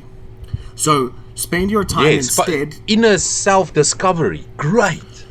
Focus on discovery, focus on connection, and focus on harmony. Just gonna quickly put my screen off.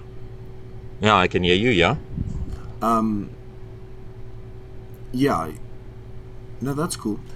So discovery, connection, and harmony are the kind of focuses you want to do. If you, let's say you want to avoid our mistakes, right? Like if someone's like, dude, I don't want to make all the mistakes you made. I don't want to be dragged, be like descend into these dark places where you're hopeless for massive periods of time, etc., etc. What I will say to those who are already practicing, magic and doing things,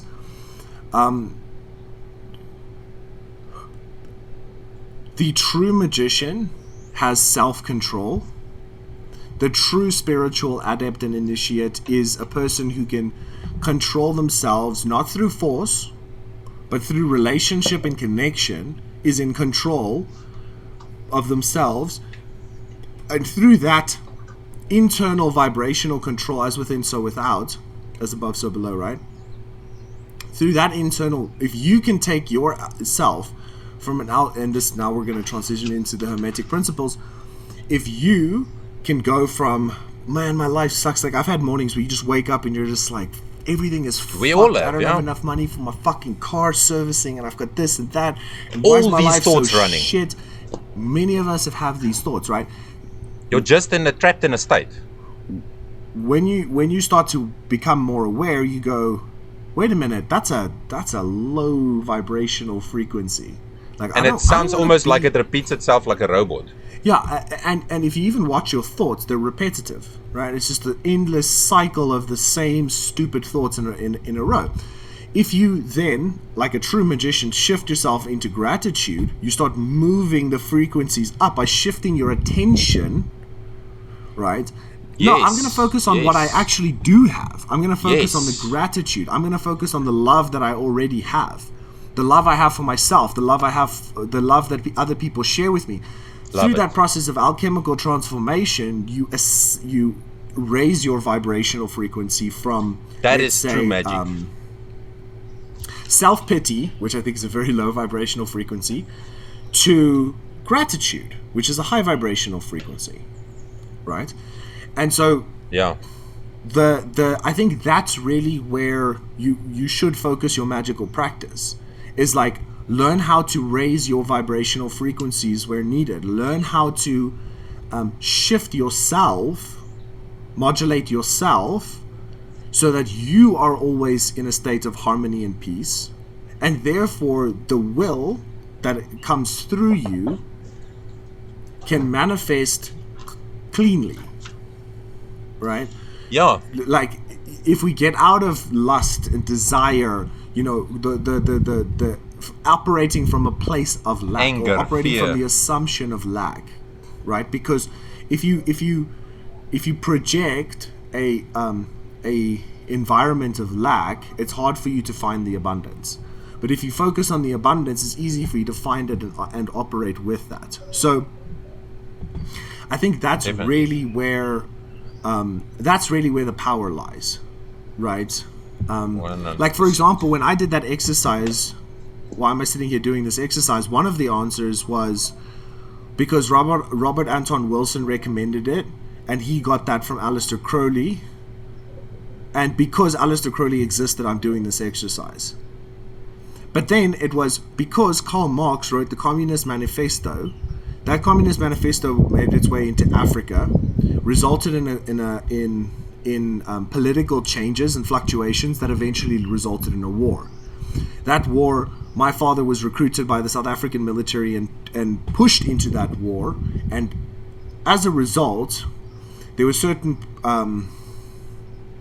let's say, mental, certain discipline type, military type thought processes that made its way into my childhood rearing, which resulted in me being the kind of person that was sitting in that house to begin with, right? The location where I was at was a result of the character I was, because somebody literally gave me the place to live. They were like, hey dude, do you want to stay in my apartment? Like, I rented it for a year, but I don't want to stay there anymore. I want to move back in where I was. So why don't you just stay in my place for a couple of months for free? Right, so I'm sitting there on this couch, and, you know, my only responsibility was, like, just to take care of the place, essentially. So, but I was there because of certain characteristics that my dad had gotten through being pushed into military training, etc. And this is traced all the way back to somebody writing a book, right? So, that's magic, dude. That's magic, right? So look how but the more that so this is what you want to cultivate. You want to cultivate this kind of interconnected state of consciousness where you can see how cause and effect is constantly flowing through the universe. Everything is in unity. Doesn't matter if you think you're separate or not. Yeah. Whatever would be affected would affect you. Yeah, and as the Hermetics say, all coincidence is simply law unrecognized. Wow, beautiful, bro. So I want to finish that thought off of yours as well, by where you said by modulating your states, and it is by modulating your state. If you can modulate your state into a manner where you can be into a universal conscious state or a state of unity on a constant basis. It's very, very hard to do that on a constant basis. Jesus was an example of a mystic that did that on a constant basis, and he could tap into that permanently. But if you can do that, don't have to do it permanently, but if you can subtly increase the time you spend in unity, where you are all and all are you, and you are judging nothing outside of yourself. Very important. You are judging nothing outside of yourself. We all do this. Then you can have exactly and whatever you want. Now, this is the difference between magic with a CK and magic with a C. Yeah. Magic with a CK comes with force. It's the Aleister Crowley magic. It's the magic that made this guy still drink, snort coke, do whatever he do, all these chemical drugs, because he did. It was always to be, and I think for him as well, this guy was super intelligent, don't understand me wrong, but his goal was to be the guy that was known for starting magic. That is a very hard goal to have. If I can view it from Aleister Crowley's viewpoint, how can I say it in the right words? He wanted to be that guy that discovers all the magical principles through Egypt, brings it back and says, world, I am your savior. He came from that place, dude. And that is very, very dangerous. And you can see by his results. That is magic with a CK. And then magic is if you flow with God and you stay in the dance and you keep on dancing. And you keep on that unity and you listen. And if I say listen, I'm not talking about he talks words. I'm talking about your intuitive knowing, and you stay connected to that knowing, and you get guided from point to point with only that knowing, and you allow that knowing to guide you with every single thing you do. The first thought before you do something is what does this guiding principle say? What does my intuitive force say, what does God say? And you act based on that by being silent and not acting in emotions, but listening, feeling the vibratory frequency of what he is actually immediate returning to you and giving you as an answer. If you really listen with your body and your soul, you would know the answer. You would go on that road, and the next time you get into a situation, you do exactly the same again. You go firstly to him, get back to silence, get the answer, make the move. And you keep on doing that on a diligent daily basis. You can't go wrong. You'll be the most successful person in this world.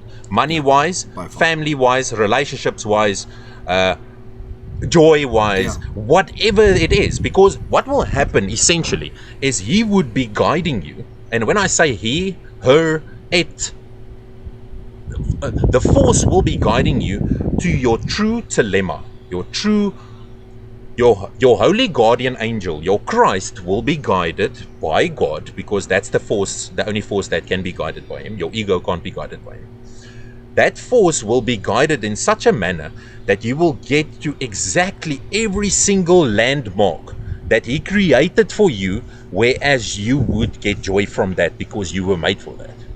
Now, the thing we do, especially with magic, is we try to create our reality based mostly on what we see on TV, YouTube, movies, those type of things. And we think those realities that those people are getting needs to be our reality as well. And when it becomes your reality, you feel like a failure because it doesn't feel as good as you thought it's going to feel when you started attracting that thing. It's because you were totally out of sync. You didn't listen to what this your Christ in you said that you actually needed. You just wanted. And it's that thing, it's that animal want. That's the thing we need to lead ourselves away with, because and how do you do that? How do you do that? It's by being in the most, and this is my honest truth, this is just through experience, and this is my truth. To be there is to be in the total unknown, and to function and to start to realize that you know nothing and you are allowed to dance in this. That takes all your obligations away. That takes all your being known as someone that's smart, or someone that's this, or someone that's that. There's no expectations of you. If other people have expectations, great for them. But if you drop your own expectations and you literally function in that no man's land, in no thing, you're not functioning from a thing point of view, no thing. When you're functioning there, that is where you actually tap into the person with the most flexibility rules the system. And this is what this can get very close to conspiracy theories, but this also gets back to there's people that have this knowledge in the world, and most of and this small group of people, everyone, they've given them all different types of names, but all they have figured out, and you can call them bad, you can call them the devils, you can call them whatever you want. They're getting exactly what they want, when they want, how many times they want, whatever. And it's not based on desire. What they understand, they function from this type of place. They function from a place of the person with the most flexibility rules the system. Just a simple example. Do you think those high-level people do the things that society do? No, they don't. Because if they act like society, they will behave like the rest of the animals. That's why they are able to run populations. They do not function in our societal thinking. You need to get, and we need to get out of the norm. It's simple, man. There's no norm. The norm is the one that someone created for you, and they lied about it. Yeah, they don't live in the frameworks that they create for others. Yes, dude. And I'm saying this without trying to make an enemy outside of myself, because when I do that, I create dissonance. That is not what I'm trying to do. I'm saying, and that's why with that you can always bind it back to what Jesus said, where he said there's forces and principalities that's running people. It's not the people. The things and the forces that run our human race, we as sons of God, we are innocent. There's forces trying to prove to us that we are guilty. You are not guilty. These forces, with whatever force they use, anger, guilt, shame, envy, whatever the force is that they implement in your mind through thoughts and repetition, is not of truth. Yeah. It's just forces using people to create division, because when there's division, there's no unity, so we can't work as a civilization together, meaning we can't enhance our technological views, and we can't go back to where the Egyptians was at a point where they used sound to transfer rocks. Yeah, and they used what we would consider pure sorcery to do everyday tasks. But let's not get too deep into the weeds with with that. Okay, I think some people get freaked out. But okay, so there's two things that I wanted to. Sorry, I don't care about people getting freaked out, dude. This is the truth. I must be honest, dude. Like, this is why we're here. Like, no, I know, and I'm pulling it back every single time towards the fact that people need to. Yeah. It's not. We are not coming from a judgmental standpoint, dude. It's just we need to go into ourselves, and the people that'll be watching this, bro, is the only people that'll be watching this up to this point. How far are we in now? An hour and a half, hour 40 minutes or so. Yeah, hour and 50. Those are the people that don't get scared off. Eh? No, they're the hardcore ones. No, for sure. Okay, so the 7 principles, right, bro? Yeah, but let's move on. Sorry, no, I did. Oh, you want to say something? Sorry, bud. Sorry, man. So there's a few things. There's one is the what would Jesus do principle. So it's like from you get a lot of people that wear wristbands and have car bumper stickers and all sorts of stuff like that, yet their lives don't represent the message that they're touting, right? And many of us have met the annoying Christian at work or in another circumstance that's like every time you say something that is just representing reality, you're like, I rebuke that in Jesus' name. I don't know if you've met these people. Yeah, bro, it causes immense fear for them because they don't want to face reality. They're fucking delusional. Okay, let's just say it the way it is, right? Yes. Because so there is a way in which what we're saying can be used or misunderstood and get you into a very delusional space. You can only change the vibrational frequency of something that you don't judge. Yes. Yeah. Which means that you have to allow it. So if you wake up and you feel dreadful, if you fight that, you will fight that the rest of the day and you will continue to fight it and then nothing will change. If you have come with love and acceptance, okay, this is what I'm feeling. This is the vibrational frequency that I'm feeling. Then you can gently lift that. Right? So just to add a little context to what you're saying. Yes, and then 100%. There's the now versus not now.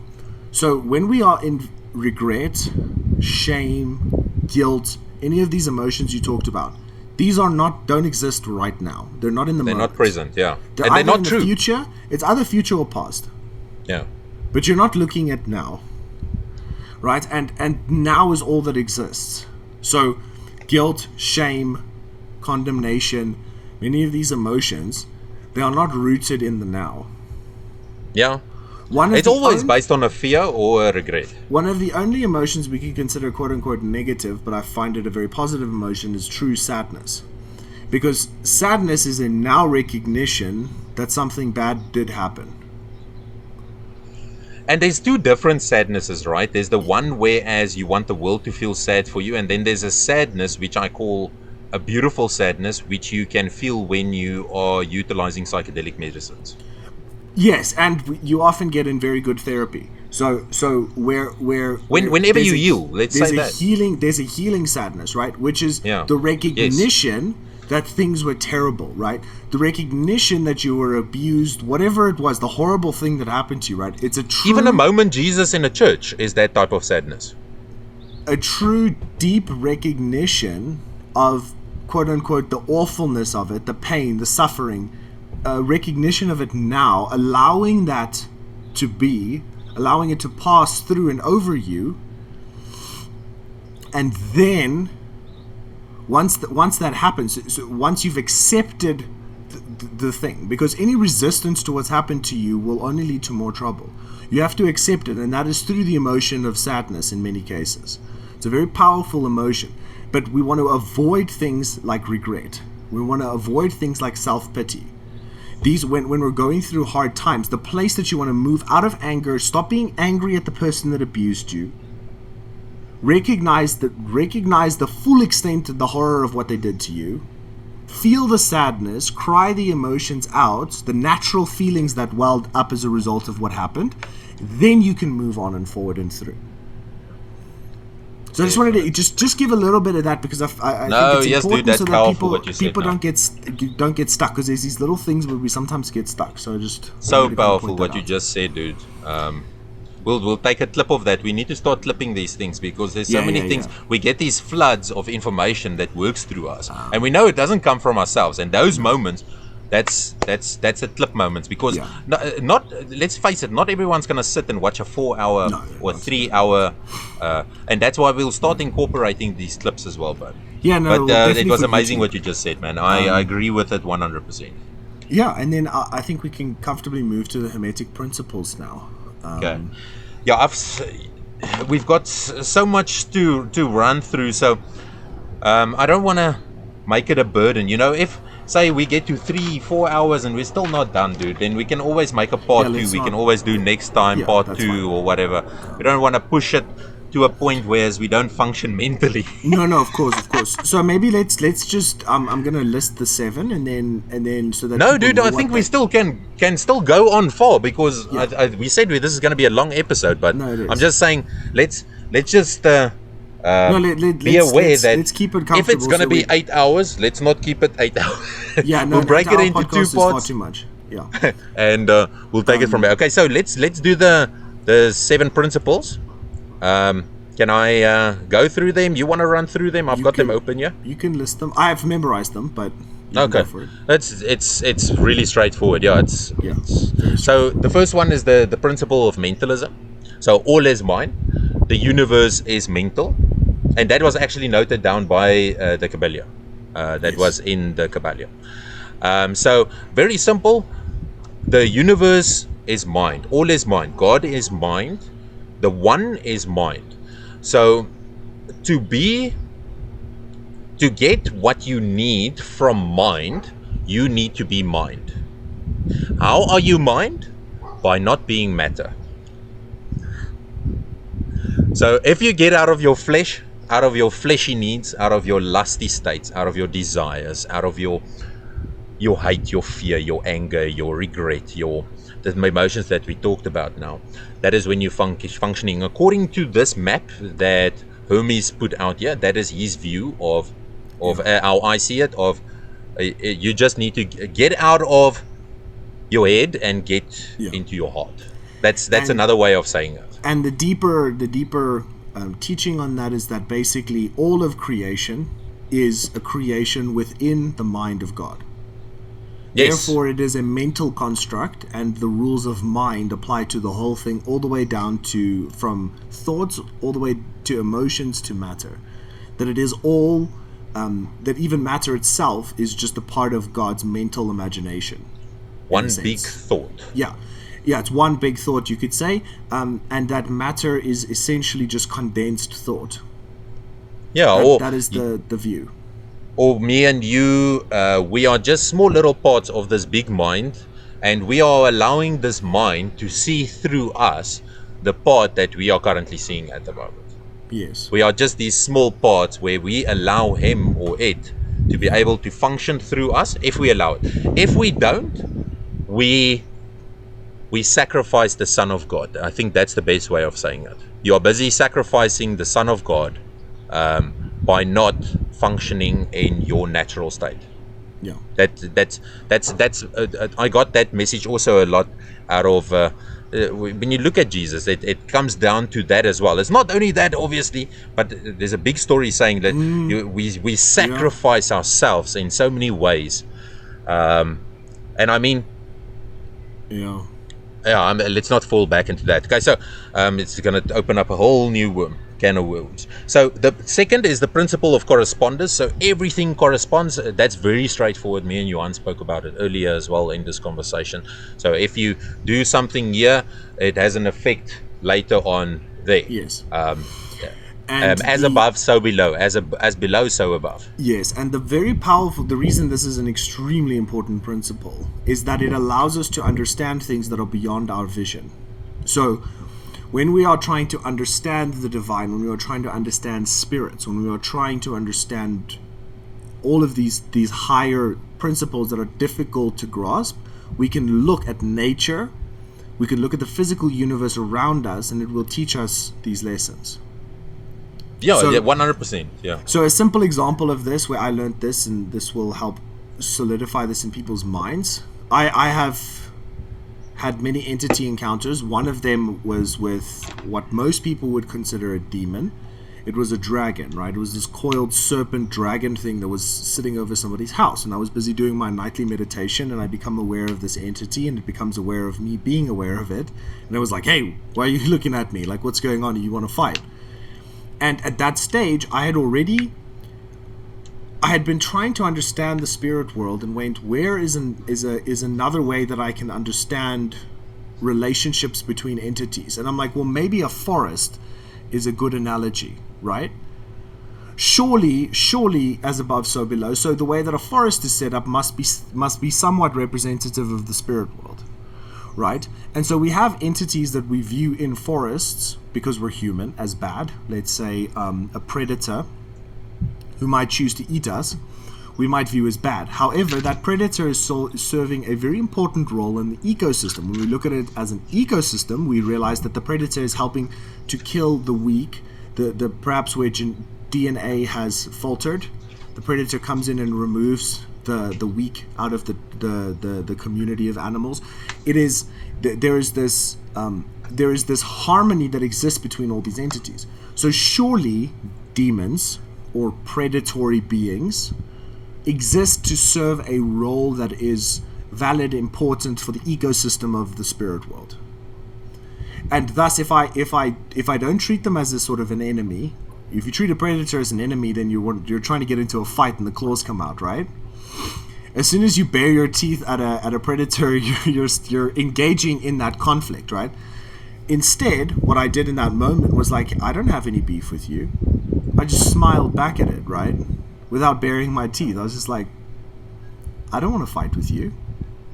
You're not my enemy. Like, you're here serving an important role. This family invited you in. Unconsciously, very much so, I can guarantee you, because it's a very Christian house that. Unconsciously, they've invited you in, but you are here to serve an important role to this family. People don't know how many entities are running around, and like they controlling people like what do you call that? Marmoset in Afrikaans, you call it marmoset. Like puppets. Like puppets, dude. Like. Yeah. Many times, and I've been controlled like that many times in my life at states of unawareness. Mostly states of alcoholic states. That's why I don't drink anymore. Yes. Alcohol is very, very dangerous. It makes you very, very susceptible. Yes. So the law of correspondence, or the principle of correspondence, allows us to understand spirits more clearly. It's like, no, this entity is much more like a cockroach than like a Viking coming to like rape and pillage your village, right? It's not a being that's seeking necessarily to telemarketers. It's not a being that's seeking to cause to necessarily like attack you or something. This dragon wasn't. This dragon had been invited. This entity was a guest, right? And it had experienced a lot of hostility before from human beings who just wanted to fight with it, right? But it's like, dude, you can't fight with me. I'm an invited guest, right? So, yeah. So using this, and I've now been able to explain a very complicated spiritual principle by using the law of correspondence. So that's where that the law of correspondence can be, and that's how we kind of understand that all of it is mind, because the only creations that can come from an infinite God who is complete in and of itself, because it can't need to create something outside of itself. The universe can't be a creation outside of God. That would mean that the all is less than all, therefore the whole thing falls apart. So the only way that God can create without an external material from its own substance is in the domain of mind, in the same way that only a human being can create without external substance in its own mind. So our mental creations are the only things that are made of, or consist entirely up of us, right? They don't require external inputs. So just wanted to give that, because I thought that's using ecology to understand spiritual dynamics has been one way that I've applied this principle that has massively improved my interaction with all entities, whether they're angelic or seemingly angelic or seemingly demonic. Or whether they're human, or whether they're a person. I see it more in this ecological way. So just thought I would expand on that, because that's one that's really definitely helped me a lot. Definitely, dude. And it's the principle is also it ties things together, because it shows you for every action there's a reaction, and it also comes down to that point of synchronicities that we spoke about in a previous episode as well, whereas it's ways of getting feedback from the universe. It makes you understand your connection with the world around you a little bit better, if I can say that. And as you're saying with entities, dude, like, and then this is also a magical topic. We can quickly touch on this, because then I can also scrub it off my list, and that is invocation and evocation. Very simple. A lot of people use these words, but they don't know basically what it means. It's quite straightforward. Invoke is when you take spirit within you, or within your circle, or in your energetic space, and you allow it. You said you are allowed to come in. And then evoke is when you manifest spirits outside, whereas it's outside of your energetic circle, if I can say that. They're not welcome in, but they're allowed to be outside. That was an evoked spirit. It was evoked. If it's invoked, and if it's the wrong spirit that's invoked, then that'll be demonic possession. That's where that would be a full-on invocation. Like people invoke spirits, so you would ask, why would you do that? Not my type of art. I never found it a fun thing to do, but why you would do that is to communicate with the spirit, which would then need something from you, and you would need something from it. You will have a certain desire, and it would have a certain thing it would give you to fulfill that desire, and it will have a certain desire. So you see, it's a shitty relationship, because it's a give and take. Well, okay, so I'm going to push back on that just slightly, because I think it'll be beneficial. Please push back. So let's have a conversation. When I've talked to a lot of entities, especially companion entities, like if you really start to train, when you are around people, you can see the entities that follow them. Definitely. Right? And when I ask these entities, I'm like, can you explain to me your relationship to human beings? Because I don't understand. Why do you follow us around? Right? Yeah. And why is it? Why do we have these specific relationships to you? And you seem to be almost a vital and integral. Every spiritual master has multiple entities that follow them around, right? Without exception. The more powerful somebody is, usually the more entities are in their circle. So the brighter the light gets, the darker the darkness becomes. Okay, yeah, that's true too. But so when I asked them, they told me it's because that they actually feed off of the energy that we manifest from our dimensional plane. So we are radiating, let's say, a certain energy because we're on the physical plane. It's an energy. Yes. It's a type of energy, or it's an energetic substance, let's say, that human beings specifically can channel. Yes. Any embodied or incarnate spirit does this, right? Not just humans, animals do as well. But because we exhibit it more strongly than animals often. They need that energy. They live off of it the way that the fungus in the soil and the microbes in the soil live off of the sugars that the plants feed them. Right? Yep. And so I see them like symbiotic microorganisms, but in the spiritual world. Just the same way that our gut has a bunch of microbes that are working alongside us to promote our health and vitality, in the spirit world we also have entities that are come alongside us that are symbiotic, so to speak. Yin yang, buddy. Yin yang. Again, there's good and bad spirits, right? There's just the same way as somebody can get a messed up microbiome by feeding on things that they shouldn't feed on, right? Somebody's eating junk food. Yes. So the same, your spiritual diet, where you're focusing your energy. Are you focusing on love? Are you focusing on Is truth? love a spirit? Let's talk about this. So the love is, can you call it the spirit of love? Maybe. It's hard. It is, dude. Sure. How many times have you? I've heard that many times in my life, and it's love is a spirit. It's a spirit you actually let in. Yeah. So Jesus says, "I knock on the door." What's that? It comes back to that. It's like, let me just get this quick. Yeah. And so I'll keep explaining while you're getting the reference. So what I believe is like the entities that, because I have 3 of them. I know them personally. I've spoken to all of them. I'm in contact with them. I don't talk to them every day, just like I don't talk to my gut microbiome every day per se, but we are in connection and communication. And what those entities do is they are drawn to the specific frequency that you emit. So if you're channeling love, invoking love, let's say the spirit of love is manifesting through you, you exude a frequency of love, or you may exude a frequency of acceptance or compassion, right? These higher emotions, as well as anger, bitterness, resentment. All of these things attract entities that feed off of the specific kind of energy you're releasing. So if you're releasing hatred, there are beings that human beings will view as demonic, like a cockroach that will come and the energy and the light you're radiating is, they energy. call it Luciferian energy or Luciferian light, right, Johan? Sorry, I wasn't trying to interrupt you there, but it's, if you're radiating a light that attracts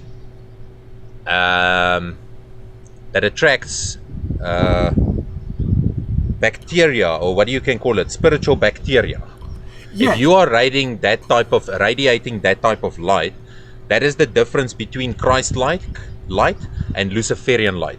Luciferian light, and then it comes back to magic principles again. What's the difference between magic, dude?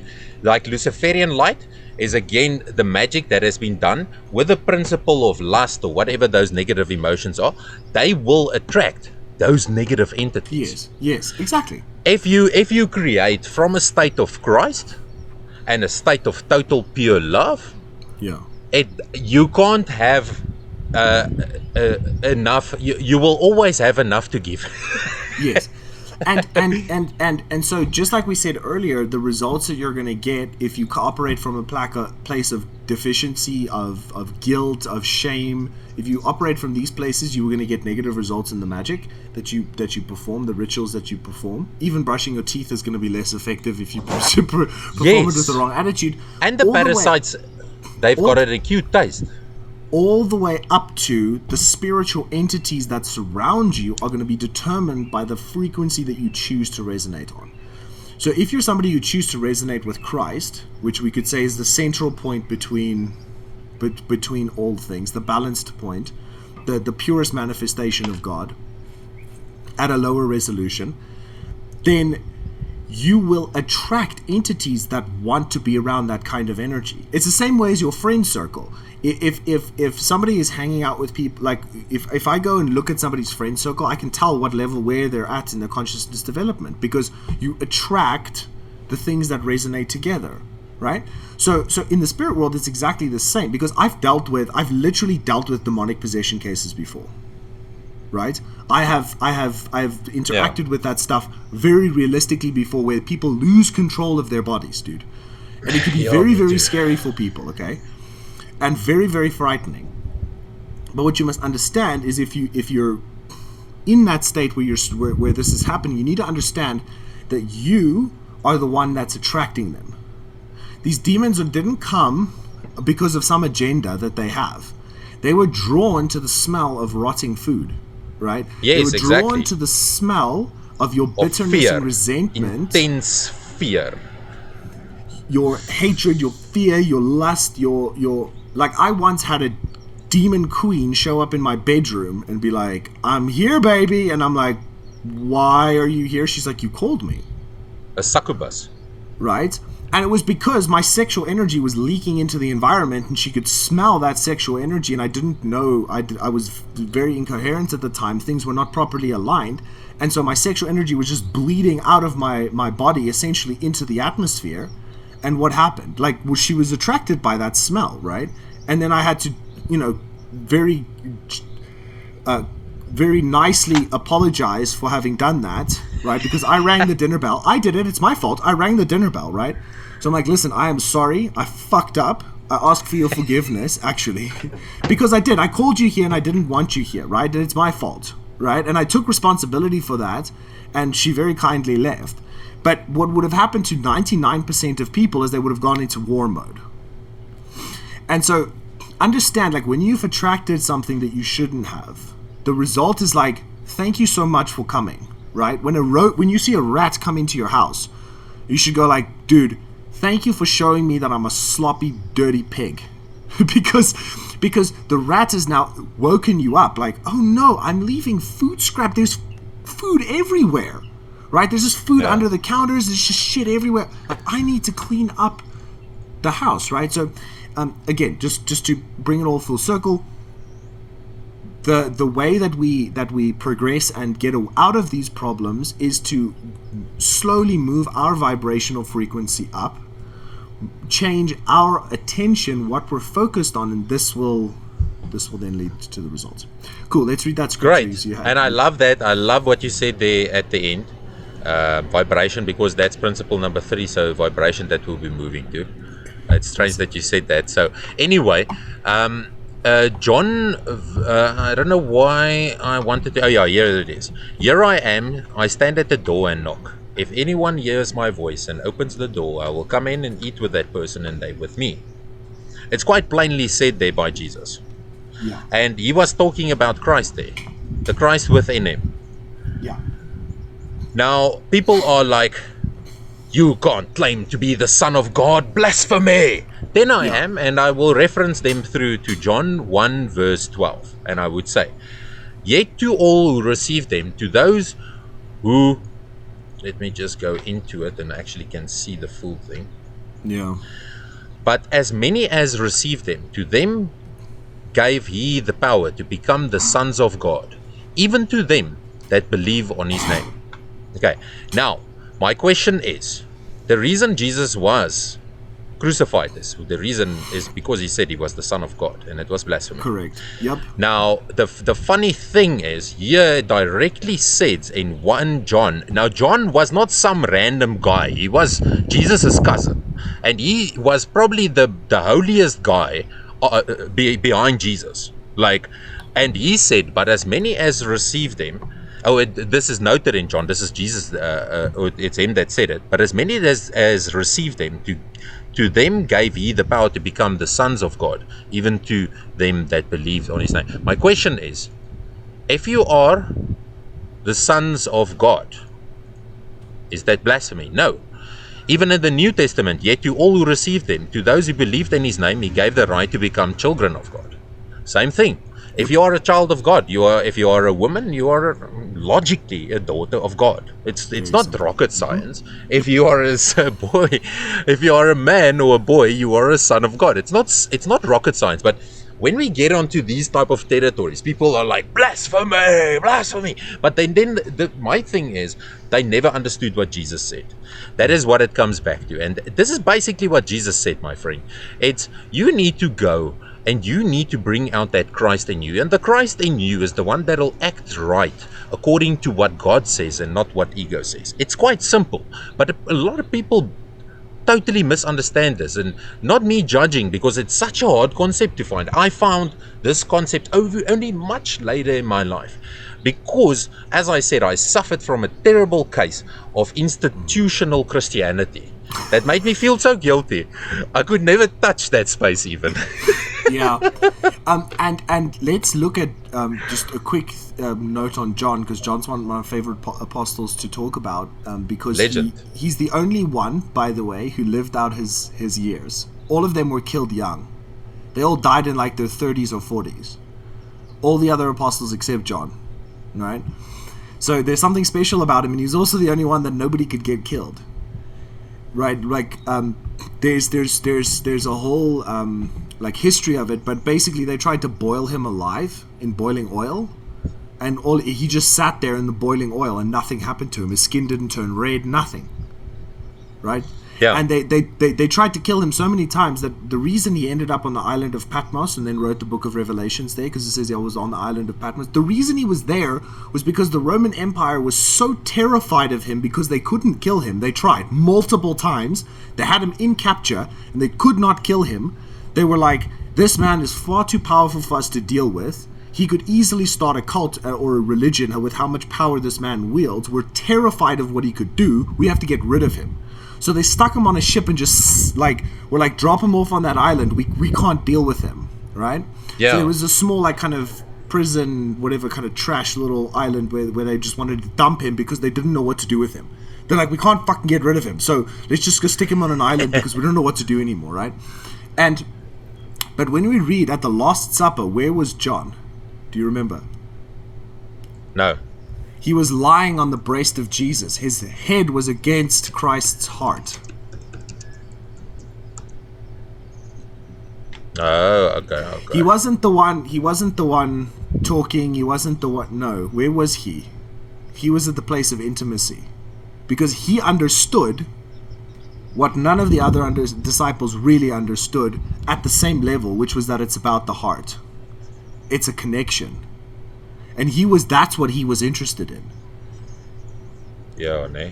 And so, in his own book, in the book of John, he says, John, the disciple whom Jesus loved. Yeah, Jesus loved him, and Jesus had they had the best relationship because obviously they were cousins as well. And they both had a special birth. Yeah. John's mom, I can't remember, but there was also, I think it was an angel that came to That's his John mother. the Baptist, though. Not John the Baptist. Okay, other John. Yeah, sorry. But what I wanted to say was that what he understood, which is what the real mystic and true initiate understands, which is it's about love and connection.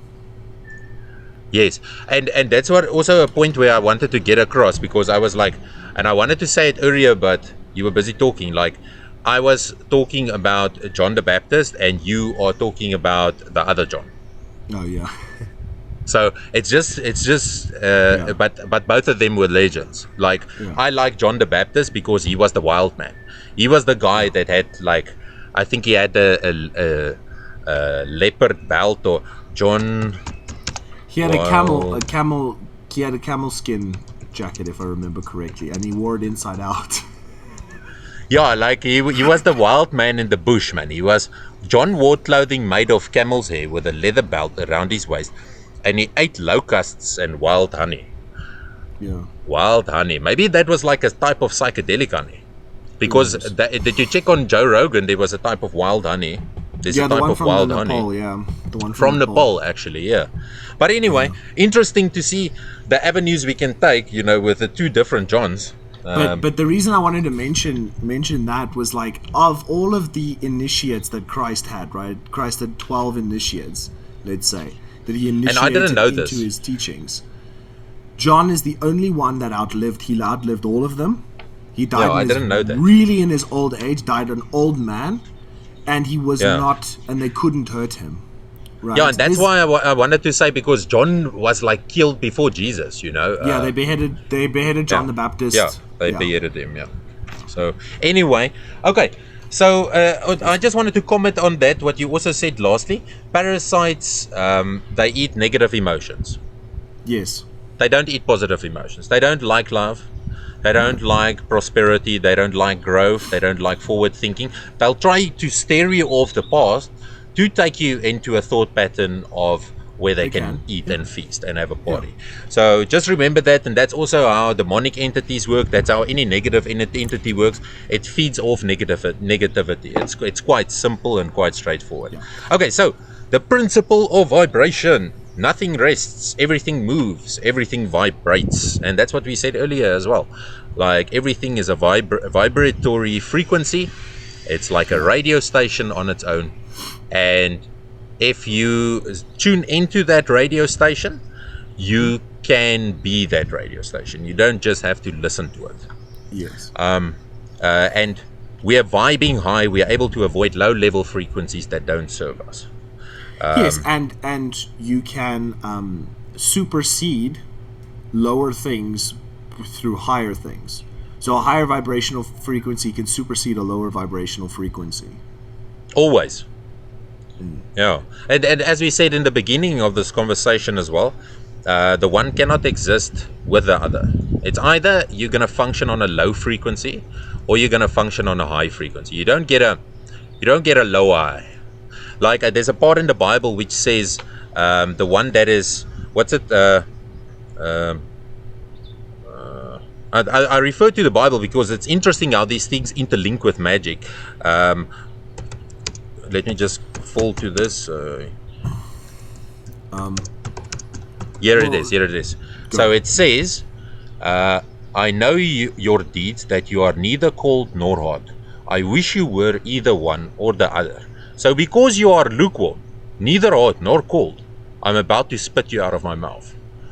And it's quite simple. If we're talking about the creator of the universe, you can't be both. It works it doesn't work in accordance with natural reality. What will happen? Things will crash and break down and will cease to exist and die because of that type of function.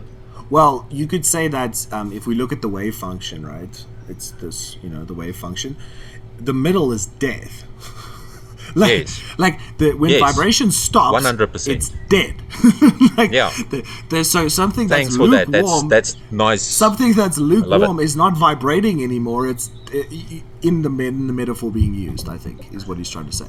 It's like you're not vibrating as something. You're just the waveform is collapsing into death, basically.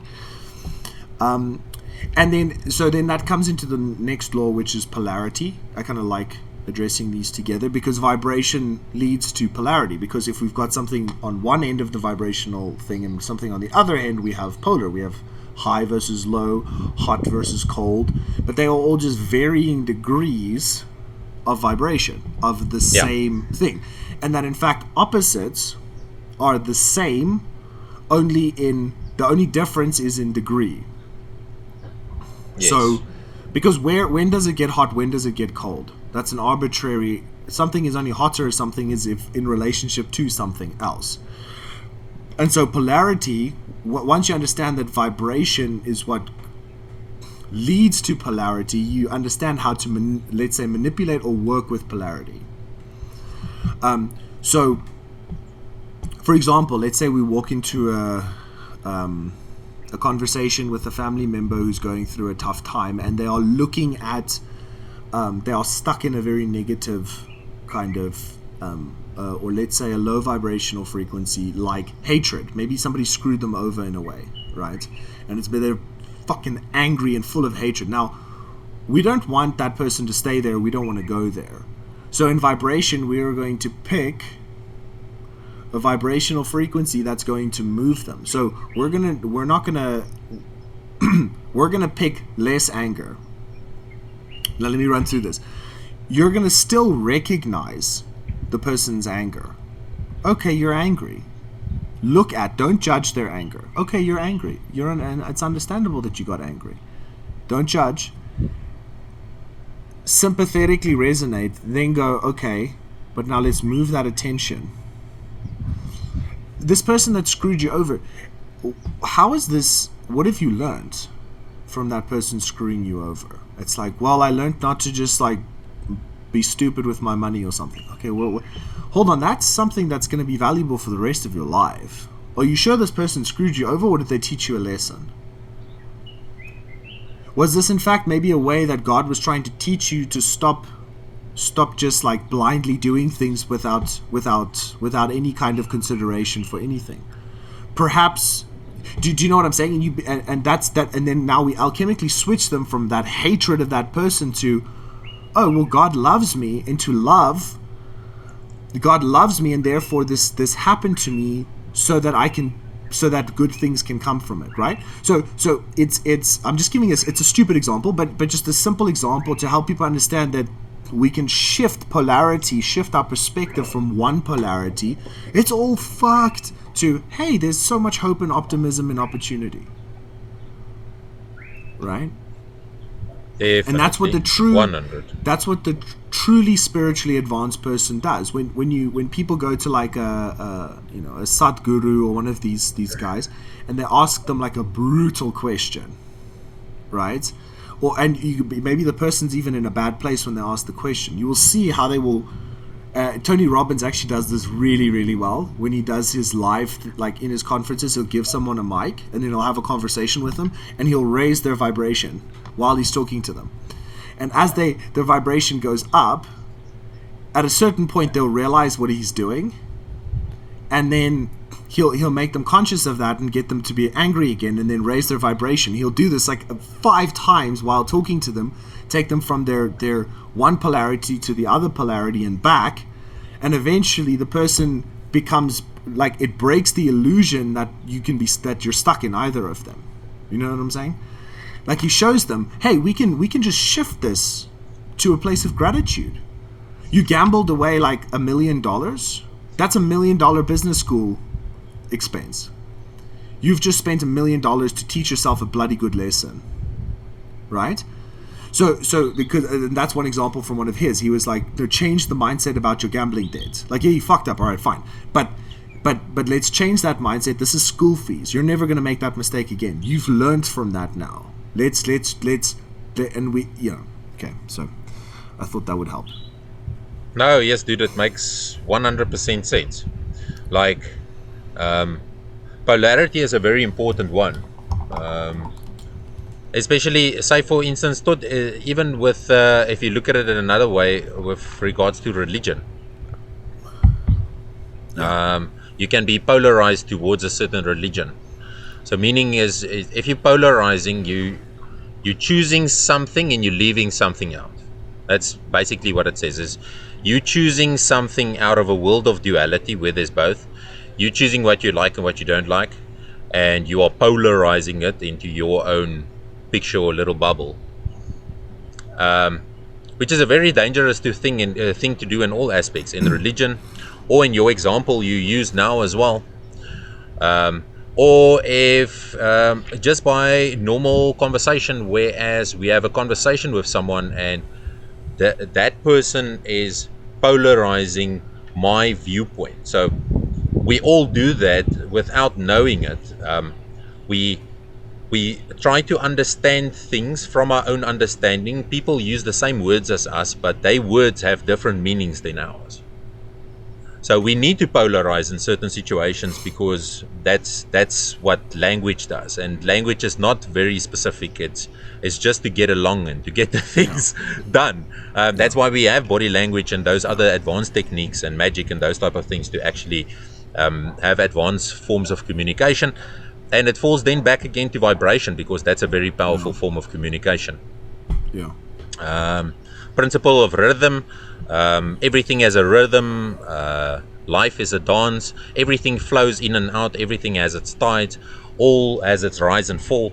The pendulum swing manifests, and everything, the measure of the swing to the right is the measure of the swing to the left. Rhythm compensates. And that's also the Kabbalion again. So same thing, there's a rhythm to life, and it comes back again. You'll see how they all interlink. It's same thing as Johan said just now as well. So let's look at the frequency of sound, where sound has up and downs, and the same thing with rhythm. Rhythm has up and downs, because otherwise there won't be rhythm. If it was standing still, there's no rhythm. So it's the same thing, but also not the same thing, but they interlink into each other. Anything you want to say about the dance of life, the principle of rhythm? For me, just I want to say something is, you keep saying, which is that you have to be know nothing, because it's always changing. Your knowledge is always outdated, and because of the principle of rhythm, you must approach everything with a sense of, I don't know, a little bit. You've got to have that. That's all I had to say. Just link it back to that. Yeah, just before you said you gotta have that, what did you say before that, bro? Just the part before it. Sorry, man. You broke up there. Couldn't hear you. No, I was just explaining that the you have to always have that sense that openness to learn, because it's always changing. Nothing is stationary.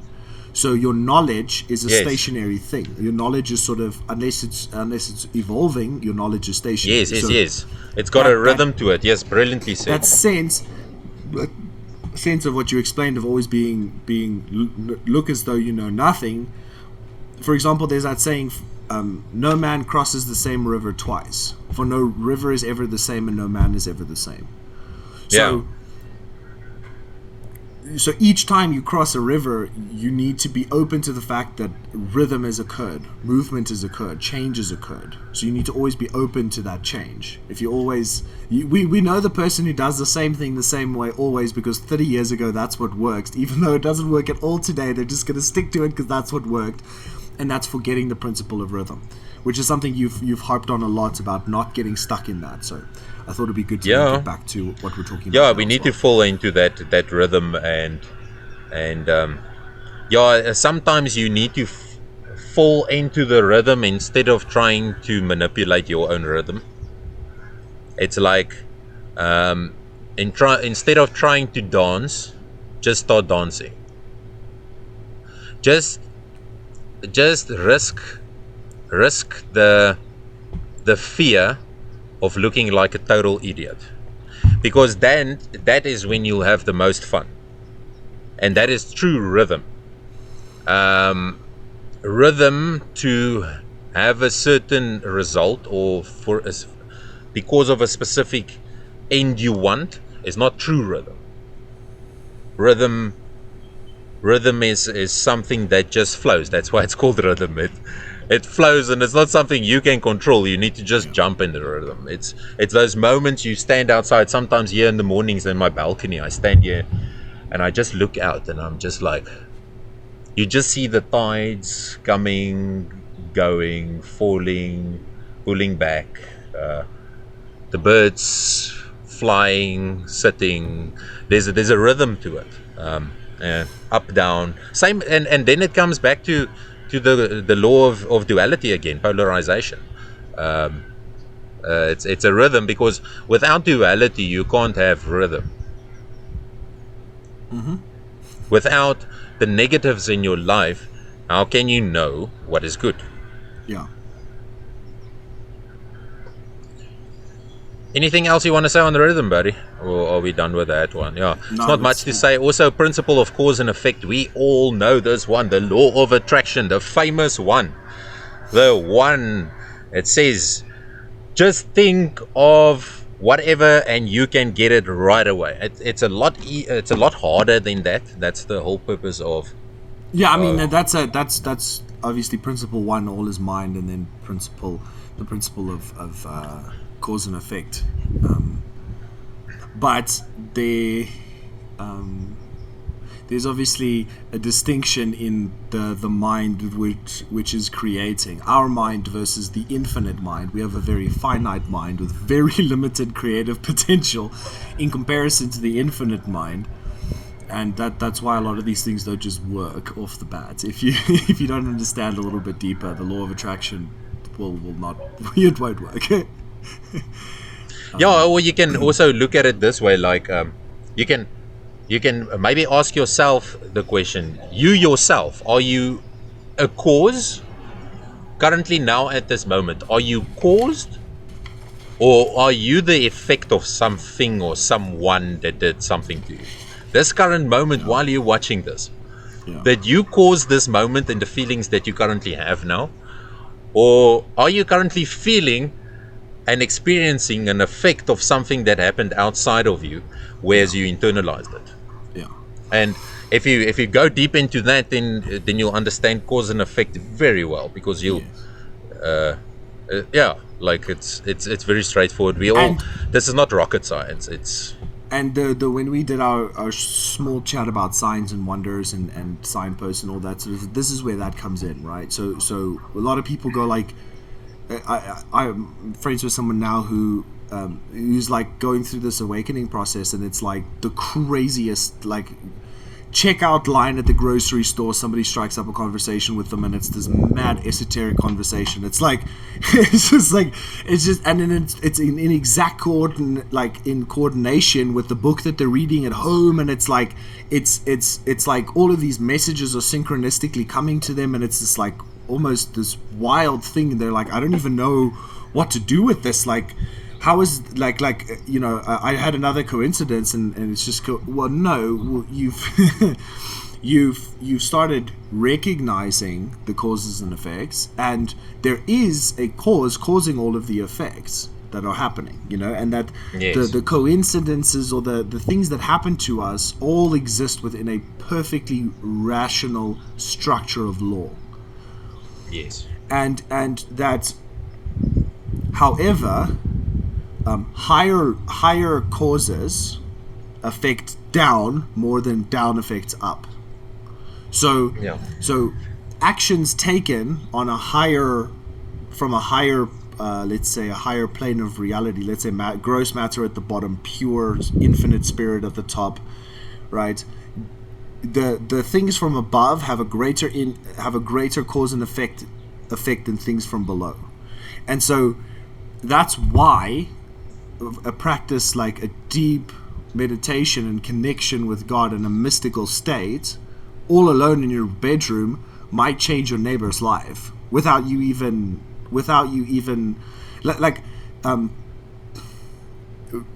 for example, my brother recently had this like really powerful encounter with his you could say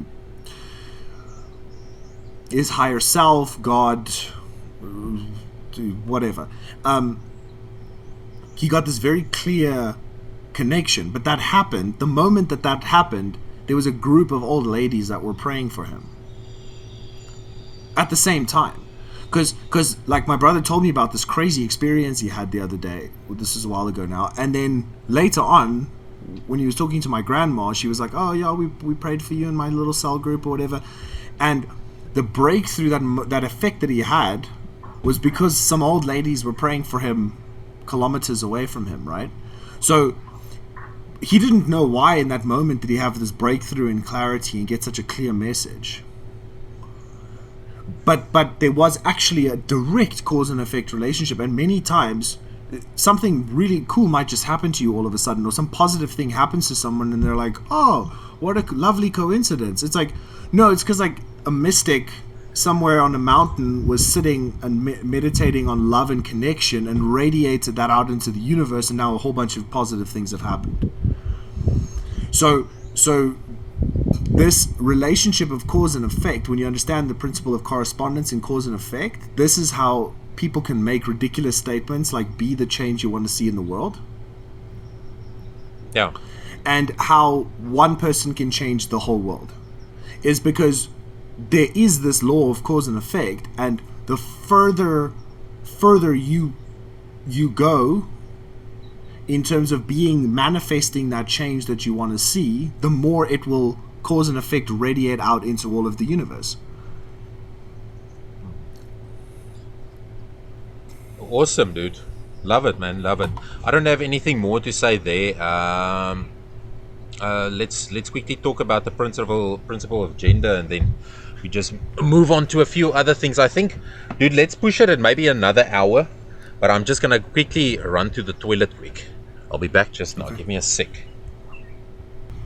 So, just needed to get that out of the way. Let's stretch a bit. Yes, we're already in for quite a while. I think there's still gonna be a number 2, but I think we need to do a number 2. There's no point pushing. There's so many things. There's so many things to say. Yeah, so there's so many things to say, man. We've got so much to teach on this. So and our understandings line up, and yeah, it's amazing, man. It's amazing to see. Sometimes I listen to you, then I'm like, oh yeah, I would have said exactly that. Yeah, cool. I don't need to say anything. Yeah.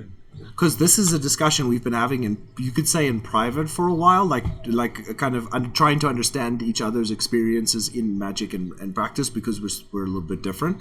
And yeah. I feel like this so far we've been been able to synergize those perspectives It's very, very very well. important, yeah, and it teaches me in certain ways, and it teaches you in certain ways, and we expand and we move forward. And so don't you guys, whoever's listening, don't think you're only expanding. We learn on a daily basis, especially from different points of view, and then if it actually ends up at exactly the same place, it's quite beautiful. Yeah.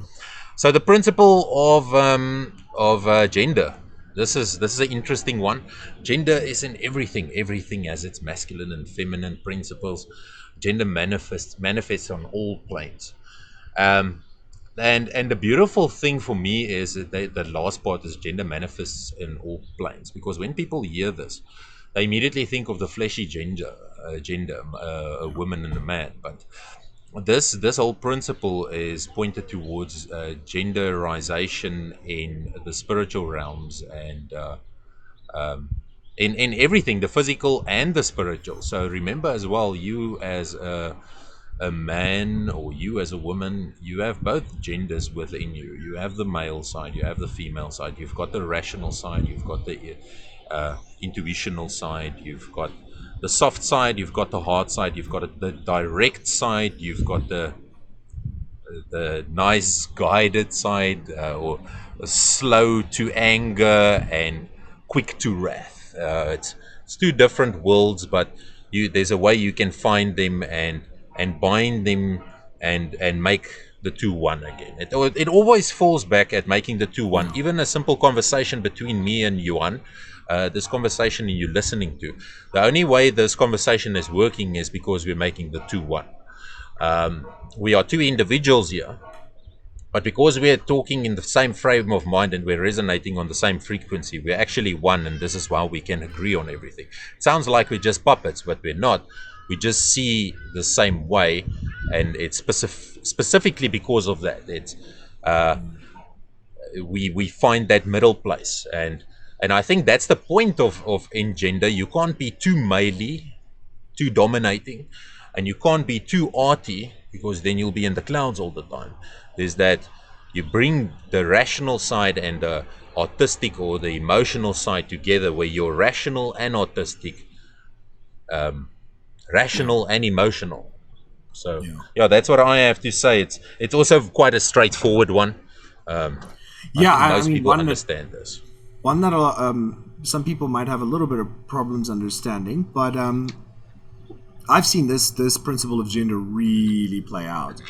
Because the principle of gender really is that you need that everything is masculine and feminine, but most specifically for the purposes of creation, you need these two forces to interact with each other in order for that creation process to occur. For the one to come forth, masculine and feminine must come together. And I've seen in all of my creative relationships, like this one, like one of the writing projects I've been working on for a couple of years. It's a very long project. It's going to be one of my magnus opus works that I put out one day. Those all creative endeavors, the other stuff I'm doing now, whenever I'm working with someone, if we are able to have a masculine feminine dynamic, so say in this relationship we can switch back and forth between masculine and feminine. While you're talking, I'm receiving. I'm in a receptive, accepting state. While I'm talking, I'm exuding the masculine force, while you can accept and receive that force. And in any dynamic where you can have a flow between both masculine and feminine sides, rhythm. the interplay, the rhythm between those two is going to be very productive, procreative, creational in effect. Whereas when I've had relationships with people where it's been like masculine on masculine, or like feminine on feminine, right, where there isn't an ability for my masculine to connect to their feminine to connect to my masculine, vice versa. If that's not there, oh, dude, it's impossible. Nothing gets done. It's hours of frustration. Yeah. It's so difficult. Like, I've seen this literally with writing, especially with screenwriting, like for films, TV shows, animations, I can attest those as well things. For myself as well. It's so difficult to write with somebody if your masculine and your feminine can't build a dynamic. If they don't have that interplay, right? If there's not that interplay, the creation process just doesn't occur. And so I think we can again, using the principle of correspondence, see it in relationships when the outward forces are met with an accepting force, and the accepting force is given an outward force. When there is that rhythmic dynamic, that's when productive, creative things begin to happen. And as you say, procreation happens. Procreation of ideas. When we procreate ideas, when we bring forth or birth something, there needs to be an interplay. And look at the physicality. For the only way to bring life into this world, another human being, is the interplay between a man and a woman, them becoming one. And feminine. There we go. So it even copies back to physical, to the spiritual. It's the same principle. Yeah. And that's so beautiful, because we are these beautiful beings caught between both. We have the pleasures of this physical realm that we can enjoy all five senses towards everything, but also in the spiritual realm we have the pleasure of enjoying that as well. Now, what if, let's fall back to duality now again, if you can just make those two one, or the femininity and the male principle, the gender principle, if you can make the two one, and what is then one? That is what me and Yuan define as God. Yeah. That is the Christ. That is Dionysus in Isis. Dionysus, he was. They looked at him in exactly the same way, because he was that example. And in that story, this guy he was crucified, man. And it also comes back to the same thing. His whole story also comes back on that basic principle. I'm saying I'm Christian because I believe in Christ and in Jesus, but also I don't want to polarize myself to a point where I'm like, no, that view is, you can catch yourself out very quickly, especially with Christianity. If you get too deep in it, you can polarize yourself towards any other religion and make them all enemies. Yeah. And then what is the thing again? You are the one constantly creating war. You are the problem. And then it doesn't become following a religion and me following my loving personal God that I know. Then it becomes some structure or system where you're enforcing things onto other people that maybe does not want it. Yeah. So anyway, okay, so let's move on away from this. But I think the Hermes thing was important, that we've spent a lot of time on here. I think, but it was important to spend time on this. But what do you think? I mean, it's essential. I've studied this stuff quite extensively, and the Hermetic principles are about as good as it gets. Like, I haven't heard anything. It's the closest. Yeah, like I haven't heard anybody do much better, to be very frank. And everything that's really, really legit seems to have this very same core of these 7 principles. And as we explain them to the audience, if you really think, I know some of these are challenging, right? Like all is mind. This is very challenging for a lot of people because they're really attached to materialism. It's a very challenging thing. I know, believe me. But if you give yourself the opportunity to meditate on these things and really look at them, you will begin to see over time that these principles do really, really hold up against scrutiny. They exist, and they are actually laws, but they are just called principles in this sense to show you that you still have a choice, that you still have will, you still have freedom. That's why they're called principles and not laws. Well, yes, and also that if you don't work according to these principles or laws, you will get the effect, and you will understand why some view them as laws, because it functions the same as gravity.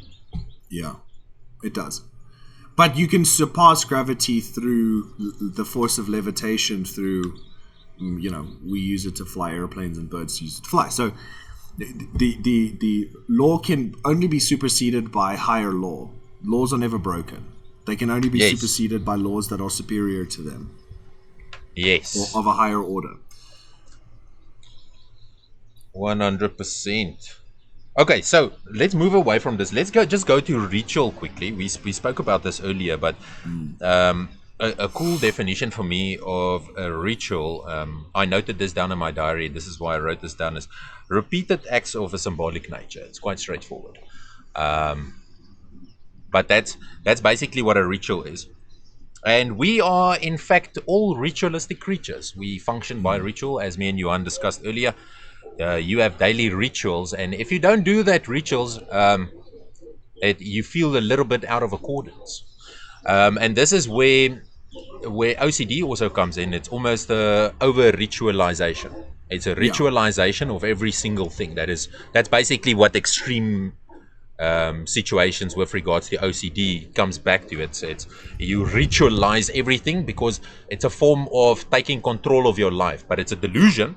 You think you are taking control, but all you're doing is you're just creating more rituals You've that become a slave gets you to. more. Yeah, it gets you more things to do, so which in fact makes you more depressed. But Yeah.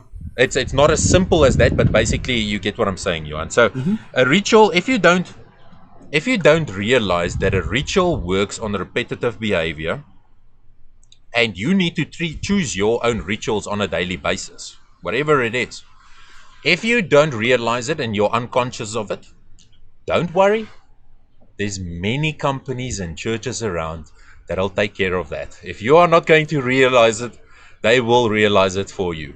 They will create rituals for you, and you will be doing them in their name. Like In the at name of your company or exactly. your church, or and if it's not a true ritual coming from God, what are you serving? You are serving the gods with a small g. Yeah. That's just my Yeah, opinion. like the ritual of getting hammered on a Friday night, and then at 3 o'clock in the morning on Saturday morning, you go and have McDonald's or KFC or something else. Somebody else will take That's advantage of quite your a need for fun ritual. ritual. It's quite a It is fun a fun ritual, but ritual. I'm mentioning that ritual because it's relatable, but that ritual is not your idea, baby. Like that ritual was KFC or McDonald's or Burger King's idea, right? right? Right, like. And so yeah, that kind of sort of Yeah, explains that's how so true, if man. you don't want to consciously create your rituals and consciously create your repetitive behaviors, like someone else will do it for you. And the chances are you're not gonna enjoy it, and you probably won't Probably have not. any control at that point. No, You probably not. so, and that's again, it falls back to the thing or the place where we say you need to go back to that neutral state, because if you are still thinking the things that you were told are the only things that are true, then you are probably in a state of delusion, because it just basically means you've taken everything as fact without, as Yuan said, that the one talk we also had, it's experience. It's experience. It's all about experience. We can have a very long chat about this, but if you do not experience, especially with magic, words on a piece of paper is it's literally it means less than meaningless. If it's not magic, then it's words. You can have all the books in the world, but if you're not acting out in a daily basis on your relationships, the places where you go, the things that you do, if you do not act in accordance with your true will, something or someone else will control you. Again, I'll use that thing, whereas let's use a mindset where you are a normal civilian, but you are living with a bunch of unaware zombies. If you are aware, great, you can walk amongst all the zombies and you can be the day walker. But if you are unaware and you are currently a human being and you are unaware and you just go stroll around without being aware, without being present, without being here, I can tell you, by the end of the day you'll be a zombie. By definition, you're a zombie, baby. And you'll probably and this is where things come, where situations come in, where these all these bad things happen at home, and um, and you don't have an explanation how your state changed. It's you got in contact with something, whereas at that point you were not aware, and you said, "Yeah, come in." Is you opened the door. Yeah. So yeah. Anyway, Awesome stuff. so that was ritual. Okay, we already mentioned that and I didn't think you were of the same opinion, but I'm so glad you are. That we are not practicing. I won't say I am a practicing magician. A magician. I'm saying it because I'm at a point in my life where I don't even want to define myself as a magician. Yeah. I don't want to define myself as a something, and because of that something I can do something. It's we are all the same. We are all sons of God, and through that power, if we tap into that and we tap fully into that, we can perform any miracle we want. You can perform the miracle of getting exactly what you want. You can perform the miracle of staying exactly what you want. You can perform the miracle of getting your perfect spouse. You can perform the miracle, whatever it is, but it needs to be in a state of functioning where you are part of the one.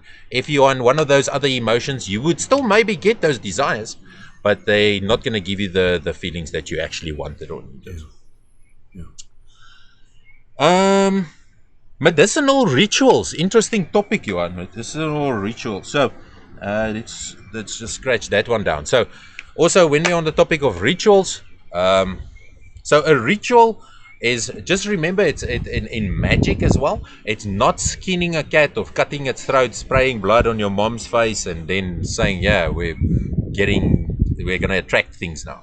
It's not that dark type of stuff that was imprinted into your mind. But let's not BS that shit is real, and there are people who practice those forms of magic. Okay. 100%, dude. 100%, Let's not and be you are delusional and blind 100% that it's right. also real. Yeah, no one's being delusional here, dude. It's No, just not not at what all. we're advocating for.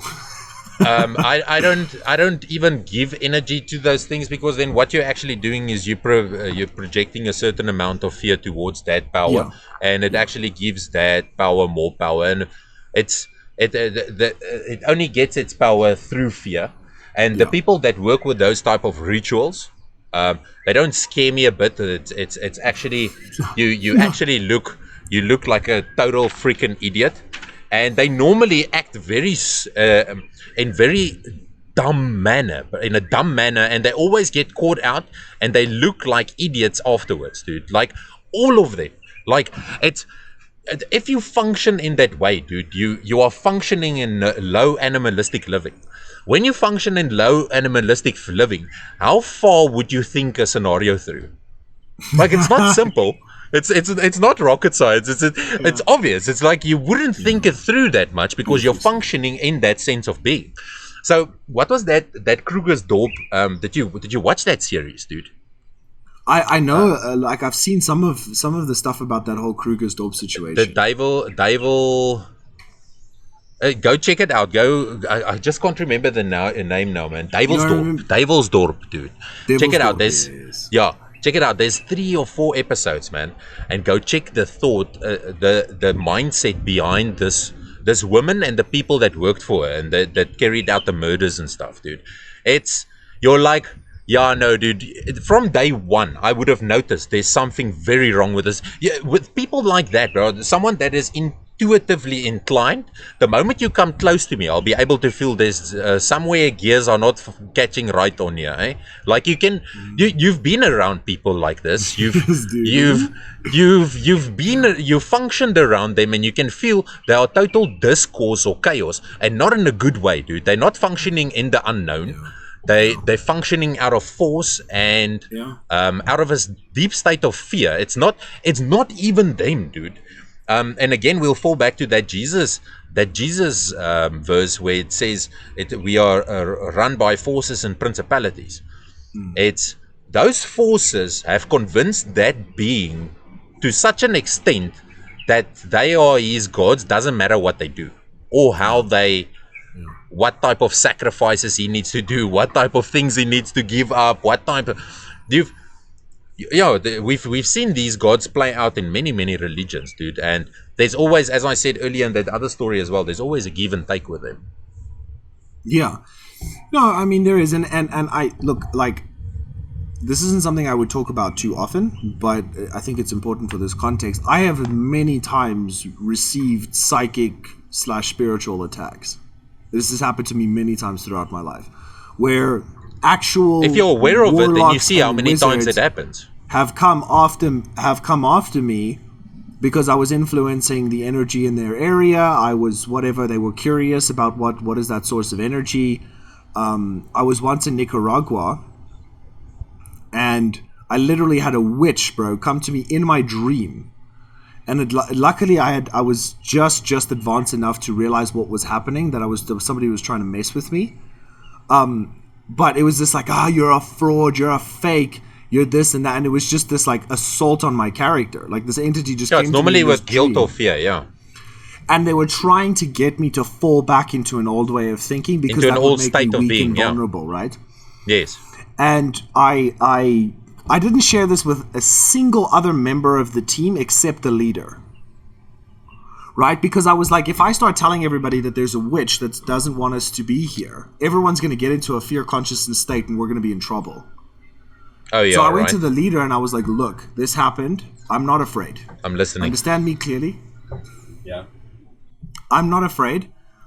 I'm just telling you so that you're informed, so that you understand what we're coming up against. I believe that the forces that we are with are much more powerful and will overcome the thing. But this is what it's trying to do. It's trying to get us to fall back into old ways of thinking. This is the way it's trying to get us, you know? And I've had other times where, like when I've lived in this house where there's been like entities have tried to cross through the barriers that I've put up. Some of them have successfully done so, and I've had to deal with that situation. And it's come from people have sent entities here to come and take a look. So and I've even when I was in a park once, this antelope turned and looked me in like square in the eyes, and as it did, I saw this it was immediately I could see that a sorcerer of some sort was actually inside of the animal. Like I could see the aura, not of the animal, but of the sorcerer that was inside of the animal, basically. It's actually quite common practice to project your consciousness into animals. It's not very hard to do because very often you can just dominate their consciousness. They're not very powerful in that way. Humans can often dominate an animal's consciousness. So, and this person literally shot these psychic barbs at me, right?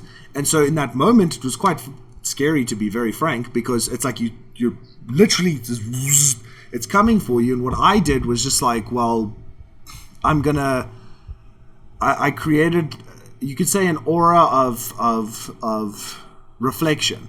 So whatever energy comes my way, I reflect it back. I allow it to reflect back to the source with greater intensity. So if anyone that comes at me with positive intentions, that positive energy will circle around me, gain momentum, and hit them with a positive effect, right? So if somebody is blessing me, they're going to get an increased positive blessing back. But if somebody's attacking you, they're also going to fling. So they're just bouncing their own curses off you towards themselves again. Take yourself out of that dynamic of conflict. Like, dude, I'm not going to play a fighting game with you. Like, your attacks are going to orbit me. And they're going to come back to you because that's how it works. That is how the system works. Yes. If you understand that, you can't be attacked. Yeah. And that's how we can so when somebody is trying to attack you, or if that were to become a situation, the answer is not to fall back to fear. That's what they're trying to get you to do. That's the trick. What you have to do is stand in yourself, take yourself out of that conflict. Like, I'm not going to get into a bloody fight with you. Yeah. Like, I close off. I'm not receiving what you have to give because you are not coming to me with good intentions. I'm not going to receive what you have to give. I'm going to let what you do orbit me, and it will come back to you. That's your problem, buddy. I can just look at it like passing traffic, like a meditation, dude. Like where you just look, you close your eyes, and all these thoughts pass by like cars. Whereas if someone sends you these bad vibes, and you are in tuned enough, you can actually see them just pass by, but they can't touch you. Yeah, And yeah. but now But the problem comes in. It gets to a point where if you identify with it, right? yeah, If you agree with that, then that's yeah. when it has power over you. But until that point, it does not. What do I want to say now? Um, it gets to a point where it'll fall back in my mind maybe a bit later again. No stress. Okay. One important thing I've noted down. Embrace suffering, the rivers of tears we all have to face. We spoke Amen. about this earlier. Um, it's so beautiful to say we all have those rivers of tears that we all must face. Some people are sitting in their chairs now. They're like, "Oh, you're telling me I need to face things?" Yes, you need to. You need to. The only way to Sorry. face things is with tears. Really? I like literally. Do I have to look at it? Yes, you have to. You have to. You do not have a choice. We are all left with this. Only one way of resolving things. Yes. It's by looking at it. Yes, you have to look at it. Doesn't matter how ugly it is. If it's the beast, if it's beauty, sorry, but if it's someone's butthole, or if it's a nice little, yes, I don't know what I can choose now. Uh, a San Pedro cactus to look at. Sorry, the San Pedro cactus is also beautiful. I couldn't find anything else that was so beautiful. But there was something I actually wanted to say for that, but I wrote it down. It took me to that, and that's how I got to not knowing what I want to say now. Just give me a second. I wrote it down here. I was still thinking I wrote it here right at the bottom. Maybe it's here on this side. No, it's not there. Sorry, bud. Just give me No, a it's all good. second. It's all good. We're not in a rush, so want to make the. No, You've already and I removed. think some of this stuff is going to help a lot of people that are kind of just getting started on their journey and or part of the way where in their initiation, as Alistair Crowley beautifully said, life is an unending sequence of initiations. And That's so true, hopefully we right? can offer hopefully we can offer a little bit of let's say tips and tricks to follow along the path, the hiking trail you've decided to take into consciousness. Hopefully we can help you navigate a little bit better on the path that you're taking, which is going to be different from ours. It's going to be different from ours. You might relate to a different religious system better that helps you better interact with and Yes, understand please. God If than the Christian paradigm that we grew up with. That and we no don't judge you point for in that. anyone forcing anything onto anyone. Any religious person that says to you there's only a certain way and it is my way or the It's my way specific or the thing's highway. way, do not listen to it because you have your own way, you have your own inner voice. There's no one else that can translate what you need to know and be better than you yourself. Amen. People forget that. Okay, then okay, so we went to the point where we were like tears we all have to face. We already did we note the definition for mystic earlier, buddy? Yes, I yes. You think even read the I think I Oxford did. Yeah. Dictionary. It was really good. Yes, Yeah. yes, yes. We read it out of the Oxford Dictionary. I remember now. Oh There's yeah, one and thing we then haven't touched on, but go on. yeah, I was before you. Okay, okay. Anyway, ultimate in magic is to drop all systems, and it always comes back to that. It always comes back to that. Is the ultimate place to be at is to not have any books of what to do or what to do or where to say or where to go or what ritual to do or what name to call or what to write out or whatever. It's actually to listen to your own telema, your own inner guardian angel, your own Christ, to listen to Christ, the Son of God, to listen to that voice. And that voice will guide you everywhere. It'll show you what magic to perform where. It'll show you what to say. It'll show you what to do. It'll show you where to go. The question is, and it's a big question, is do you have the balls for it? And I think it comes down to that, because the reason why people do not take this path, any sane person would not. It's only the insane that takes this path. If you are sane, you will probably not take this path, because No, it's hard. if you have come to a point where you recognize your thinking is actually insane and you want to do something about it, this is one of the paths. Or this is the main path, and it breaks down to many paths. So yeah, we have to drop all systems, and that is probably the reason. That's my main reason why I'm not practicing magician. I don't know. Johan maybe feels the same. It's I work with love. That's what I work with. It's I I get would rather lost in my consider my. ego. Yeah. I get lost in my ego, but and Yuan gets lost in his ego some days, and we all do. But it's you just want to lessen that period that you are there and bring it more back to spirit. Because if you're far sighted enough, so say for instance you do this practice for 10 years or 20 years, now maybe you'll be like 80% spirit, 20% in the ego. Yeah. The goal is to be 100%. Yeah. But where's the rush? We are all here for the journey, Yeah. not only to get to the destination. Yeah. One thing I said last week in my, I briefly said it, dude, but it hit me the moment I said it, but I didn't want to say it live, but I thought about it and I thought I'll say it live. Like, I made a mention last week that I'm enlightened. I'm far from that. Like, I think for anyone to mention that they are enlightened means they are not enlightened. So enlightenment means you are in a state, in that state, and you're able to manage your states on a constant basis, 100%. That's how I see it. So I understand many people see enlightened, you are enlightened towards one subject.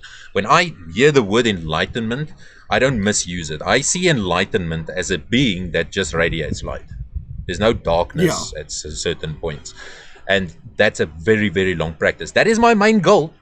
And that is Johan's main goal. But we are all learning through this. I can even speak for myself. Throughout this last week, 2 weeks, I've had so many challenges and things I needed to run through, work through, things I needed to work through in my head. And then when I come onto the show, I need to drop it all and just focus on this. But there's so many things that happens in all of our lives. Let's just be honest about this. Every single one of us have all these things that's happening to us from all different angles and sides. And we need to find the place of stillness within this. Yeah. And the only place you can do this is to get a system that works for you. And this is, I feel, the message that me, Yuan, and mystics and everyone else wanted to say is there's a way to do a thing whereas you can be in harmony with yourself and everything around you. And that is, I think, the main thing we all should be searching for, instead of just quick gratification and comfort.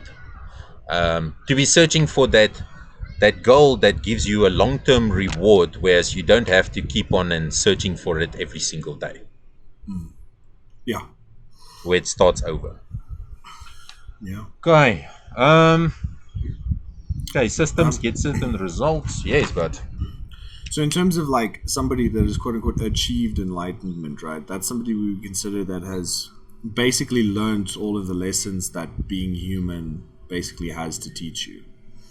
yeah, I like that. In Yes. in the Eastern tradition, there are two types of people who achieve, two types of individuals that achieve enlightenment. Both of them are completely acceptable and reasonable outcomes. One of them is that you achieve enlightenment and proceed to continue upwards, and you do not reincarnate back into a physical form. The other form is where you achieve that level of enlightenment, but you once again subject yourself to physicality, or you remain in physicality for the service of others. So you stay so that you can become a signpost, so that you can point in the right direction and help others along the path. So you choose not to go to the end, basically, so that you can guide others to get there. That second one, I've thought so many times on that, Johan, and that second one is the definition of immortality Yes, that's how you on achieve Earth, physical immortality or any. because they Yeah. can't kill you. Yes. You'll Many you'll keep mystics on have coming achieved back every this. single time. Yeah. And sometimes they can't even kill you in your present incarnation. It can become impossible to even get rid of you because of the yeah, because of how much you've been filled of light. The light is inside of you. You've been enlightened. Yes, the amount of power that Yeah. gets radiated So and the conduit you are, the there we force go. that you create around you, it's you are untouchable at that point, I think. Yeah. Okay, interesting, dude. And then there's one other Um, topic we haven't addressed at all, which is sacred yes. geometry. Okay, go. So just I don't we don't need to dive into it. I just want to mention it because it's something people are going to hear when they're in this topic. They're going to hear it a lot. They're going to read it a lot, and they need to understand what it is. So, sacred geometry is the study of shapes that represent the fundamental building blocks of reality.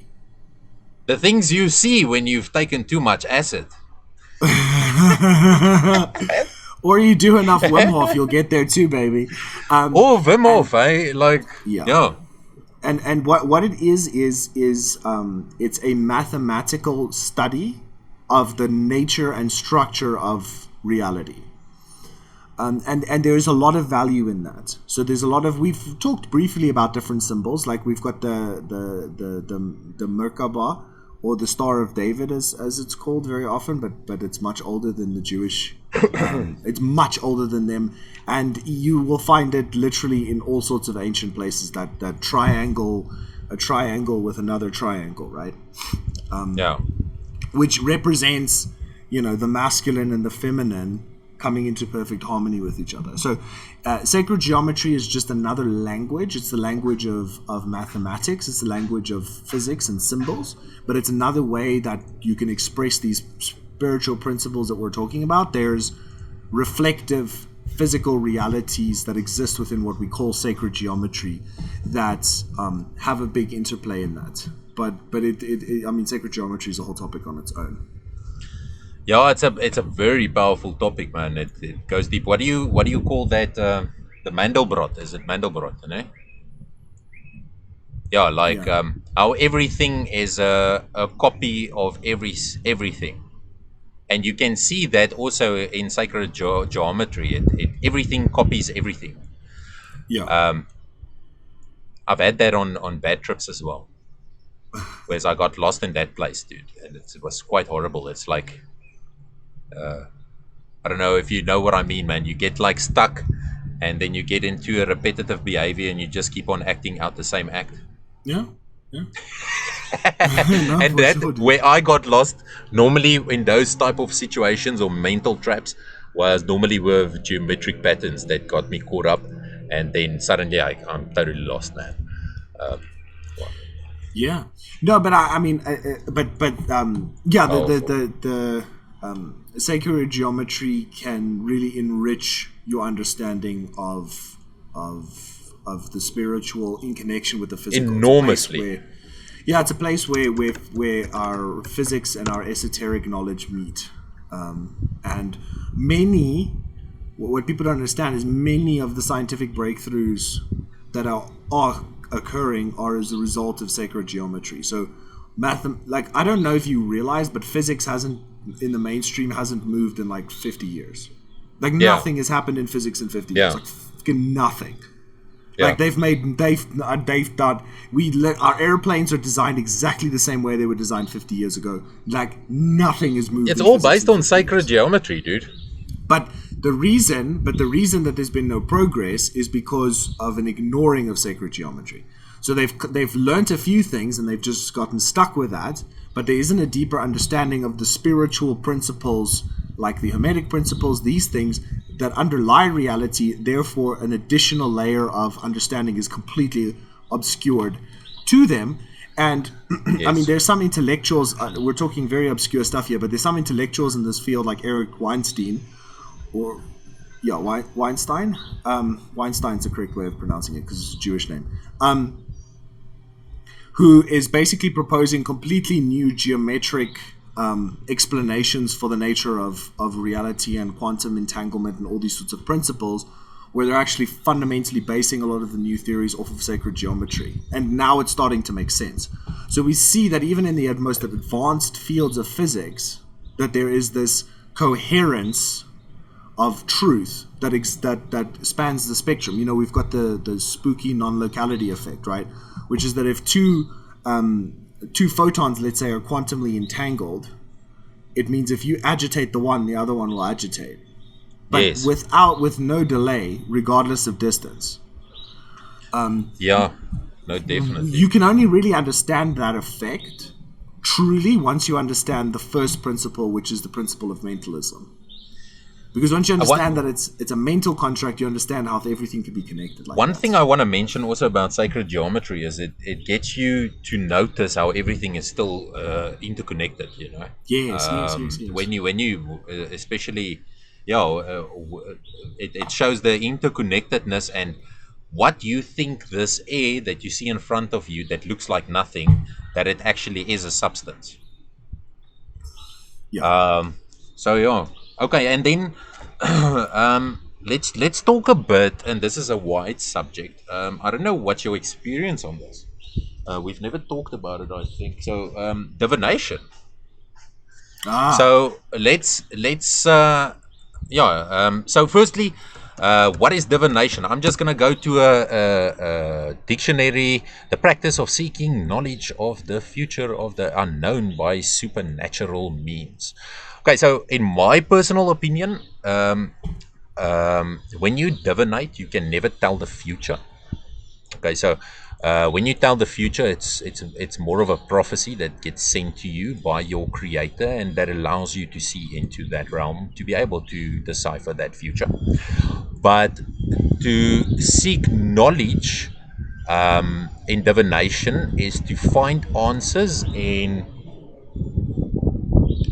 the things you ask for, and to find direction in the things you ask for. Now, here it becomes very tricky again, and I would again not suggest this to anyone. If you want to go look into it and you want to do a full in-depth study for a few years and get yourself clued up, go right ahead. But I don't think just dive into it, go buy yourself a pack of tarot cards. You'll be demonizing your whole house. Like, and I don't mean it in I don't want to scare people off, but yeah, when it gets to these things, remember, these are all portals. yeah, When it comes to divination, you are opening up a portal. It's the same with Ouija boards. Ouija board is a very good example of what it does because it gets used by society a lot because it's the only one they know of. And the Ouija board's purpose is to directly make contact with demons specifically. Okay, so uh, especially a Ouija board. yes, Most specifically, was designed for contact with demons. Yeah, no, no. it is specifically designed for that. So if you want to make contact with spirits, don't pick the Ouija board.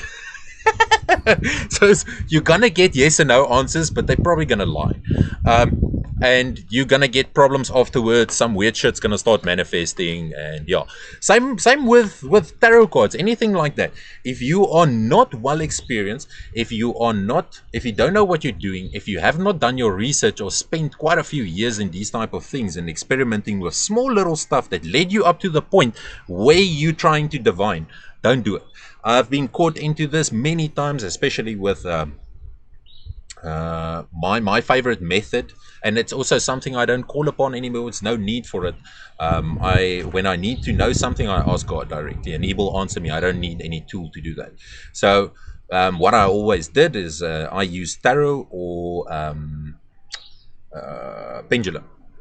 So with both of them, you can actually divine. And what is divination? So again, practice of seeking knowledge. But I think to divine is actually to your intentions are good to get divine knowledge, but the chances of you getting the truth out of divination is you need to be intuitionally tuned. If you are not, the answers you will be getting will be leading you astray. And you will not know if you're getting the right or the wrong answers, meaning you'll end up at the shitty road at the end and then realize, oh shit, I followed the wrong road. I followed the wrong voice. And 99% of that is that if you do not channel the right spirit. Because the thing is with tarot, because there's so many symbolism and things connected to it, you can channel through many things. And as Johan said, yes, there's a yin and a yang to it, but also, yeah, what I'm just trying to say, I don't want to be that. Well, so that my guy, question then would be just like, be careful. what's the difference between spiritual insight and divination? So, divination for me specifically is where you use a tool. Spiritual insight is where you are toolless. Divination is a method to connect the two, so it's something that's in the middle. Whereas with spiritual insight, true spiritual insight is where you do not need that specific tool. With a pendulum, if you need to get yes and no answers through the way your body subconsciously reacts with twitches, and that gives you your yes and no's, means subconsciously you knew the answer already. You just needed to teach your body in a way to react in spasms to show you if it's yes or no. That's another way of looking at it. But also, then it gets to a spiritual point of view. But because you are tapping into that, there's forces that we talked about earlier that can very quickly take a hold of the situation. Because then it comes back to exactly the same thing again. If your answer seeking is of an egotistic nature, you will be able to be controlled. Yeah, so look, I'm asking these tough questions because I think it's important. You have to. Because I've had a great deal. But you hear what I'm saying? Like if it comes. Sorry, you were breaking up there, bro. So if it comes from that egotistic nature, it'll cause that type of. It'll give you exactly the same consequences as you get with doing a sigil in an egotistic nature. And then I go back to why I'm saying not to do it for people that does not have a lot of knowledge about this, because chances are 99% you're gonna want something out of egotistic desires. Yeah. So there was an event, an incident where there was a relationship between two friends of mine, an intimate romantic relationship that had been gone on many, many years. It was in the process of falling apart. Things were not going well. She came for a reading, and I did a tarot reading for her, and she completely ignored what was being. She spin doctored the fuck out of the reading and justified her own actions, even though what I was channeling was straight from source. Like, yeah, you gave her the answers she needed, but her fears made a story up in her head, and she went with that rather. And then she justified her actions based on that experience, and that's not what I was saying at all, right? So there was, yep. I noticed and I've seen this where people. There's a quote that I need to read, where people will overread into it. They will, they'll draw the death card in the tarot and just freaking panic, yeah. Right? Or the devil card or something and just flip and panic and forgetting we are symbolic in nature. Gosh, not literal. And the reason that tarot is effective is because it's a symbolic language, right? It's a language that you can communicate in pure symbols. And yeah, I don't know what you have to think about that, but it can also open doors, same as the other things.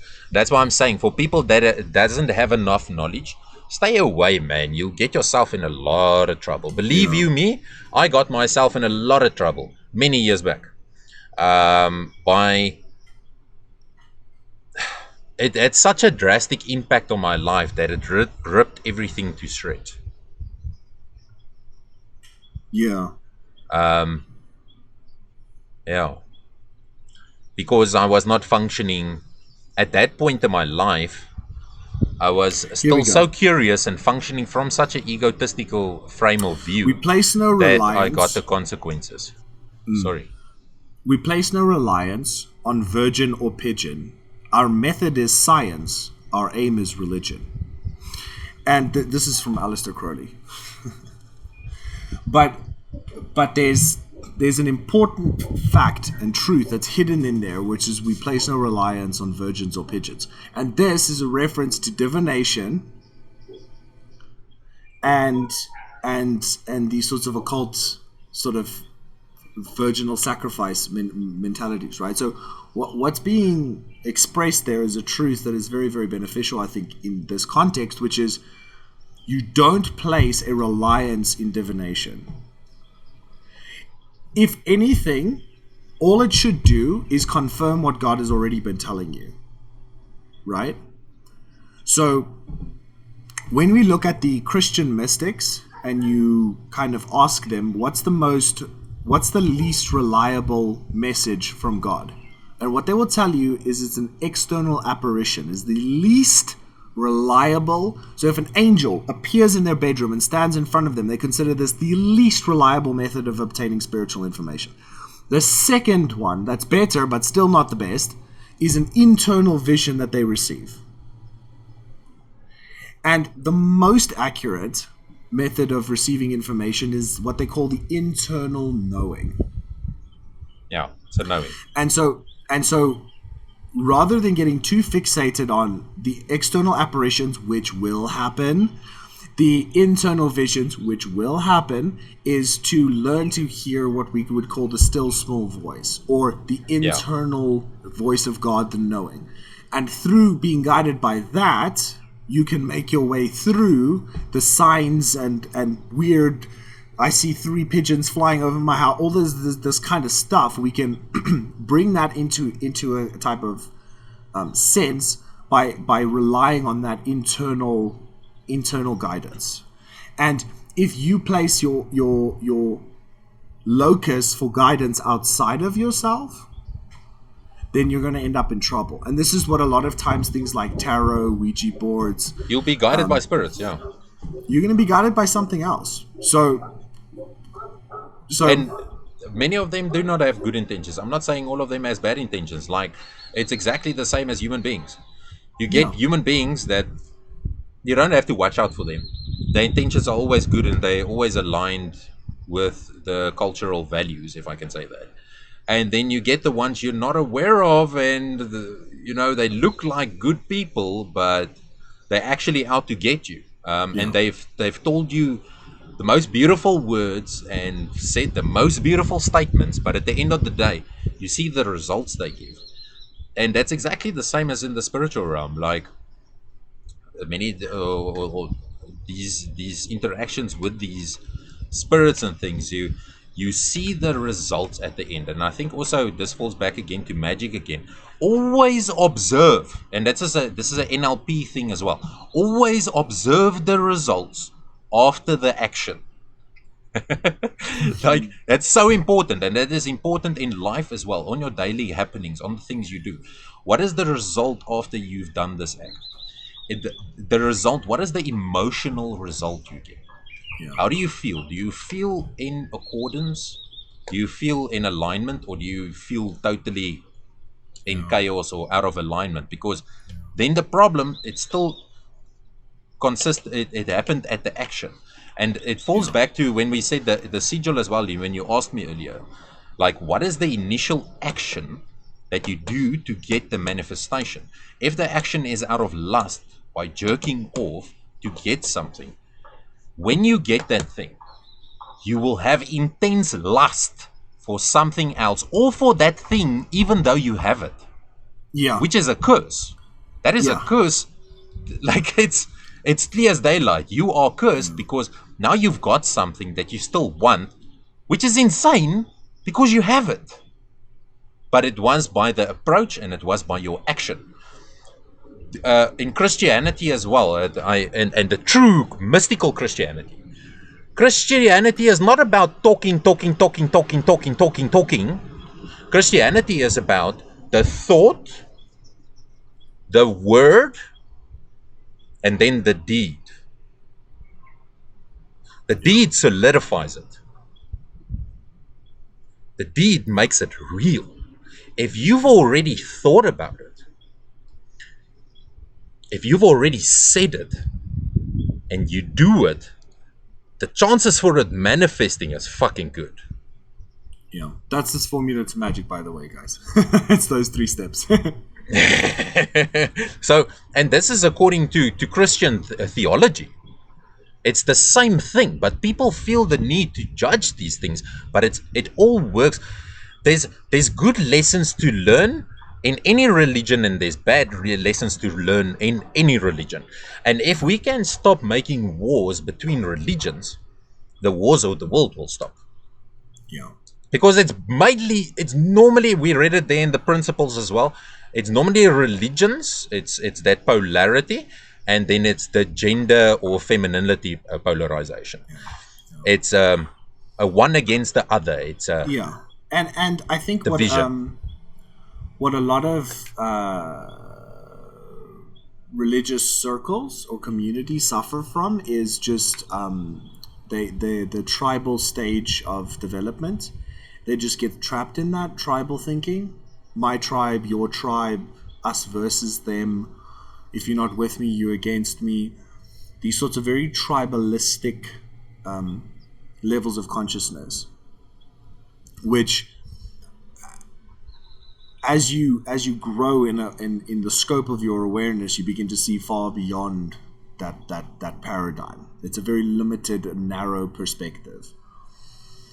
And it also, you are also forcing God into that narrow perspective. You are limiting your perception of God down to a very narrow spectrum, and thus your relationship with God becomes absolutely adulterated.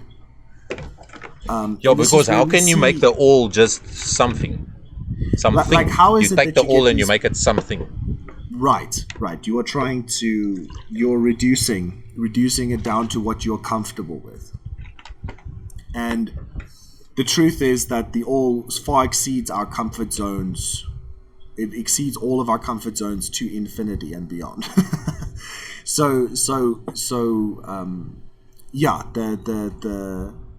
and I think ultimately all religion is a quest for the same thing, which is to find our way back to godhood.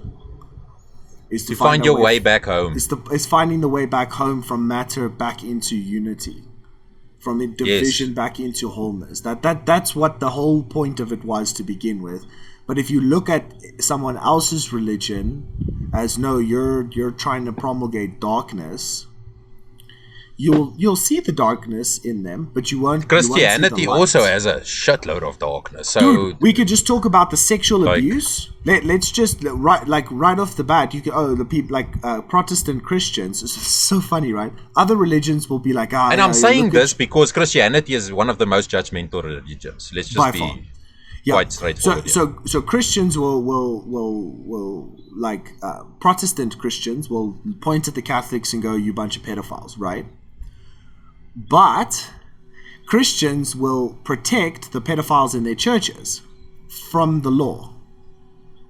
Right? So I don't know if you saw the Hillsong controversy.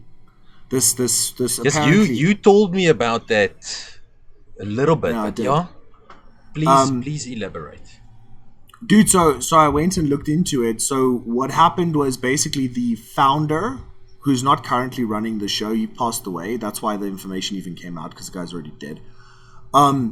So his dad basically was, diddling children, kids, young, teenagers and kids. And this was just all being covered up. And he paid off, the current leader of Hillsong paid off many of these kids. He was the one who actually put the money in their hands and told them, shh.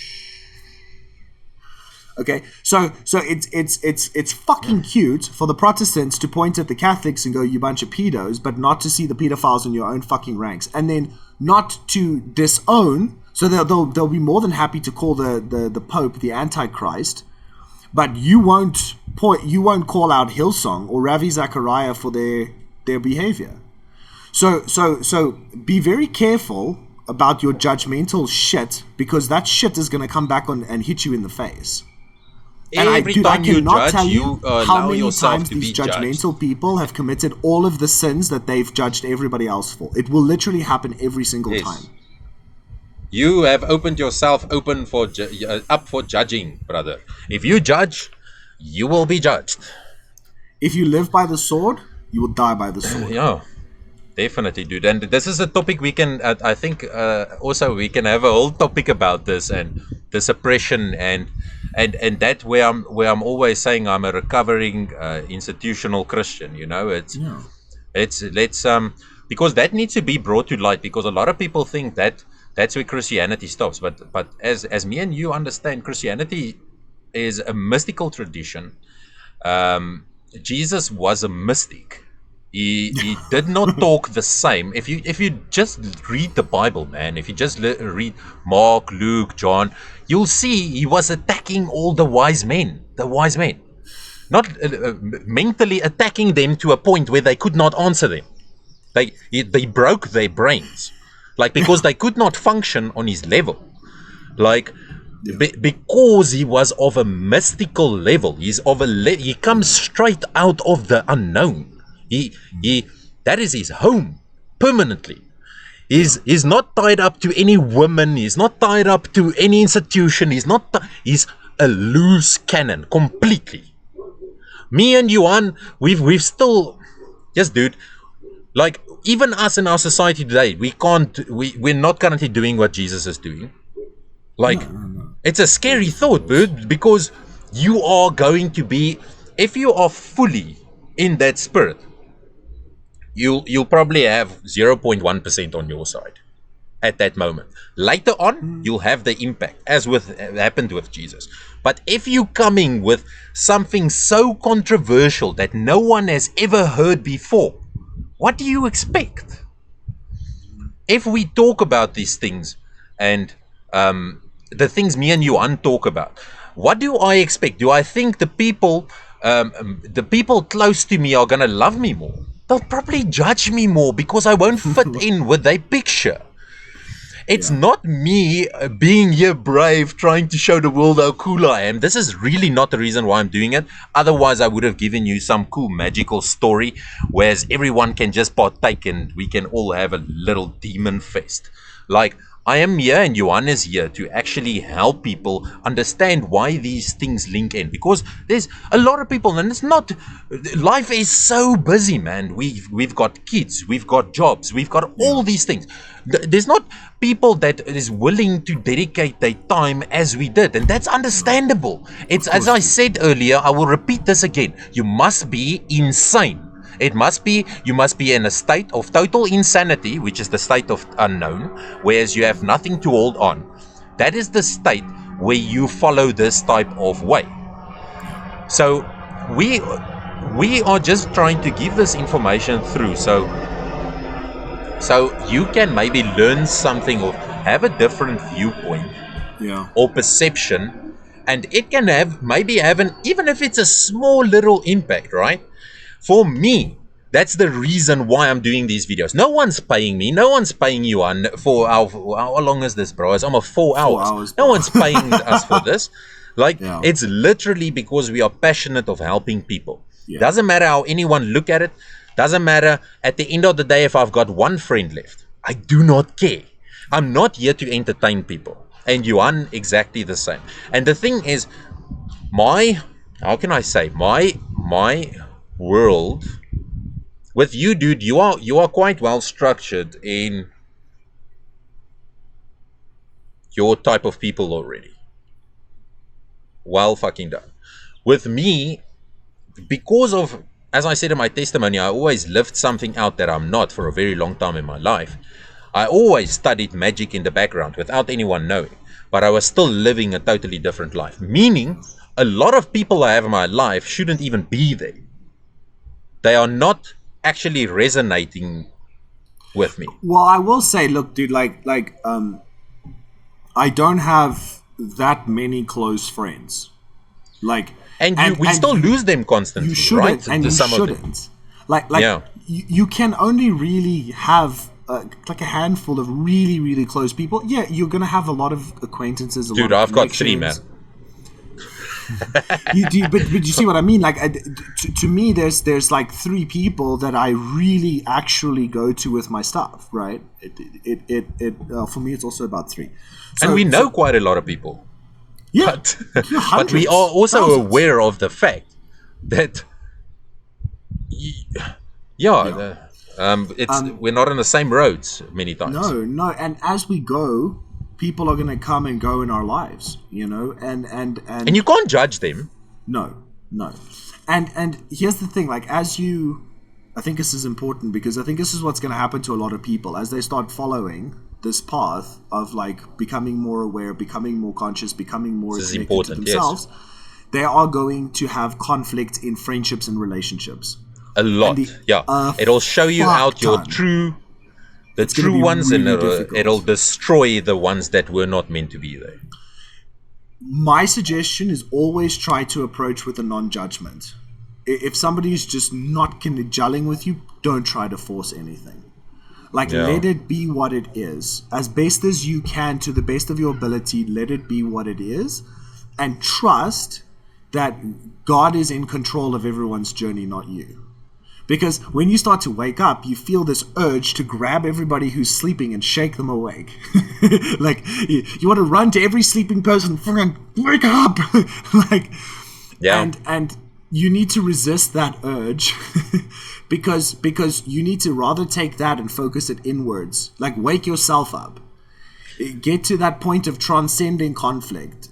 And then the people that the relationships that aren't going to work anymore, man, those people are far gone out of my life. They've drifted out of the sphere because I just simply don't. Yeah, dude. Like, what I've noticed this last while, dude. Scary, dude. Like, I had these conversations with some people that I thought were very close to me, man. And people that were not. They always knew. I told them, I'm a bit different, blah, blah, blah, but I never went into detail, because one of the things as well with regard to this is secrecy, dude. And for me, it's not secrecy to keep something hidden from you. It's literally to protect you and your crazy ass fucking thoughts that you're gonna think I'm busy slaughtering cats late at night at midnight in front of the moon, and I'm having sexual orgies with I don't know what. But it's literally to protect those assumptions, dude. Because we assume. If that makes sense. Yeah.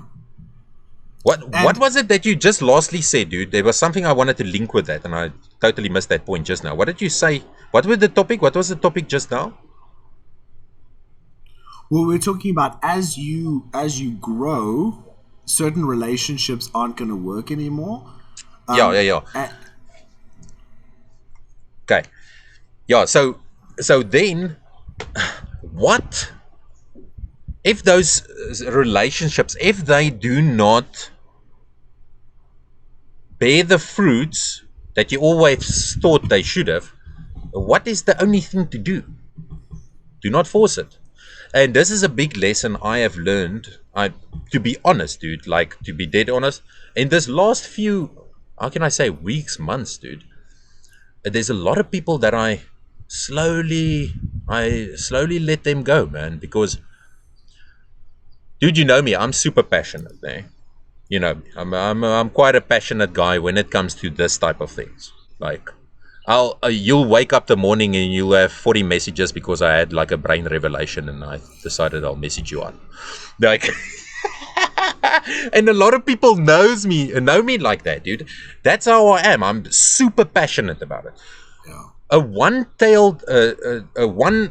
very strong sign for me is if I've poured my heart open for you and I've told you things very deep about yourself, where there's no way I can know it, or about myself where there was no reason why I should have shared it, and your reply was a silence or literally a few words that showed me your misunderstanding and your uncomfortability in the subject, I'm not gonna knock on your door anymore, man. Like, because it's me wasting energy, isn't it? You're not my enemy, but it's me wasting energy. I'm not going to talk shit about you. I'm not going to be angry. I'm not going to have shitty, loose thoughts about you. I'm not going to. I don't have time for that. I'll still stay in my neutral zone, but I'll be of the understanding that if you love something, and most people you associate yourself, you have some amount of love for them, bro. If you love something, that old quote, let it go. If it comes back, it's yours forever. If it doesn't, it was never really yours. And that's how we need to approach every single person that comes in and out of our life. I'm so thankful for every single person that I've met, because this whole world is only made up out of people. That's the most important thing, yeah. And we are here to enjoy the beautiful nature around us. Yeah. But I'm so thankful for every single one I've met in my life.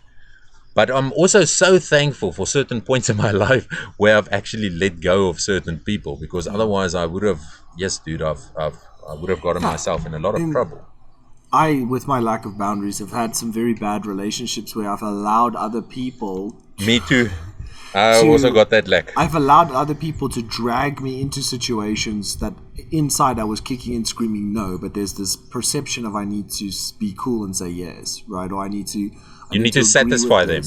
I need to say yes. I need to satisfy them. I need to allow this, whatever. And it's important to grow out of that at some stage. And when it comes to like family and like intimate partners and things like that, I think all of us, when you start to wake up, you know how long it took you to even get to that point. So also be patient when you first drop a bomb on someone, right? Like because I've seen a lot of times I'll if I've taken someone through, let's say, a medicine journey with like a powerful plant teacher like a mushroom. On the other side of that, they could rave at their family for weeks about what their family doesn't know, and that doesn't help anybody. Yes. because they're insulting their family essentially. They're like, you don't know how enlightened I am. I need to tell you about it, right? Yeah, that is a problem, eh? That's actually a problem, right? It is, and it happens with psychedelics. You see it so nice and clearly with psychedelics that it's very obvious. Like, you initiate someone and then they go through this like stage where they're this inconsolable lunatic and they have to tell everybody about it. And then there comes a point at which they realize that it's like meat for mature, milk for babes, meat for men, milk for babes type of principle, where it's like, I'm not going to share with you things that are not going to make sense or connect with you. It's just a waste of my energy. But say that again with the milk. What's it? So it's meat for men and milk for babes. Oh yeah, it's also in the Kybalion. It's a very old. It's a very very very very old principle. Love it, dude. Love it. But you don't want to. Like, you don't want to go to your grandmother and just start raving about like multi-dimensional entities and stuff like that. All you're going to do is just like, all you're going to do is upset her and confuse her, and she's going to think, maybe she's going to wonder if you're losing your fucking mind. Yeah. Like realistically, right? So it's not, you're not being kind, you're not being enlightened doing that. You're being an asshole. You're taking your newfound knowledge and skills and using it to beat somebody over the head with it, right? Don't do what all those crazy Christians do when they come back from conferences, right? Don't do that. For the love of God, don't do that. Instead, turn it inwards and go, like, why do I suddenly feel like I need to convince this person of something, right? Why do I feel like I have to have everybody else agree with me? Oh, wait a minute, I'm actually insecure. I need you to go along with what I'm saying because I'm too insecure to agree with myself. I need external validation. And you see that beautifully in Christianity, right? We do. It's a great place to learn things, especially like we're talking institutional, right? So I've seen it in Christianity. Like, somebody will have this, like, they'll have a bloody encounter of note, and it's this wonderful thing that happened to them, but then they become the most obnoxious, irritating people to be around because they let it inflate their ego. Let's put it that way, right? So the ego can sometimes get a little bit inflated when we are progressing, and we can start to have the opinion of looking down upon other people. Yeah, that's a And big lesson I we want learned to warn people very early. not to do that, because that's one of the first things that happens. Is the ego inflation is one of the first A steps. religion, as you said, psychedelics, magic. After the Yeah, it first happens 3 with magic weeks, too. I did magic. I was a master magician. Like, dude, I wasn't telling anyone shit, man, but I knew I was a master, bro. I was manifesting whatever I wanted. Wherever I walked, things just happened, dude. And then, yes, dude, after a little while, there was also that, after a little while, things came really crashing down, man. And it's all due to ego magic, dude. Like, and my intention was never ever to disconnect from God. This is what people must understand. When you do these type of things with ego, you will be totally misled, and you'll find yourself at a point where you're like, where the fuck am I? Who am I? What is going on here? I did there was a specific ritual I did with a friend. It was now quite a long time back, but we had this psychedelic experience while we were. It was like a 4 gram trip, and while we were in the trip, and we got to the phase where you're like, now you went through the up, and now you're just here in this total stillness place, the magical realm. We can call it the magical realm. So we're here in the magical realm. Now we're going to do a ritual.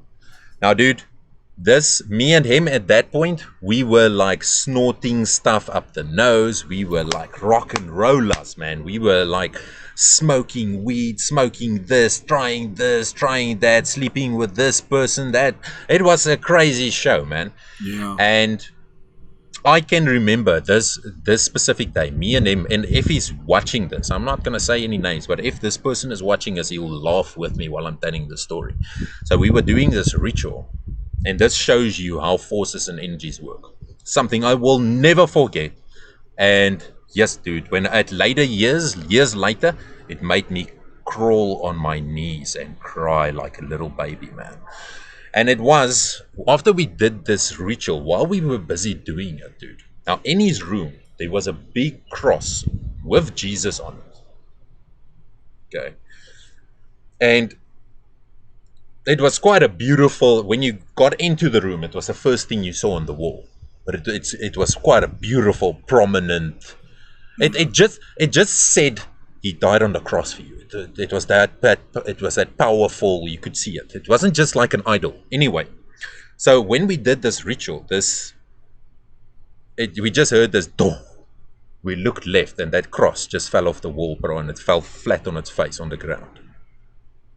I didn't know what happened there at that moment, but what actually happened is that is where I left Christ's hand.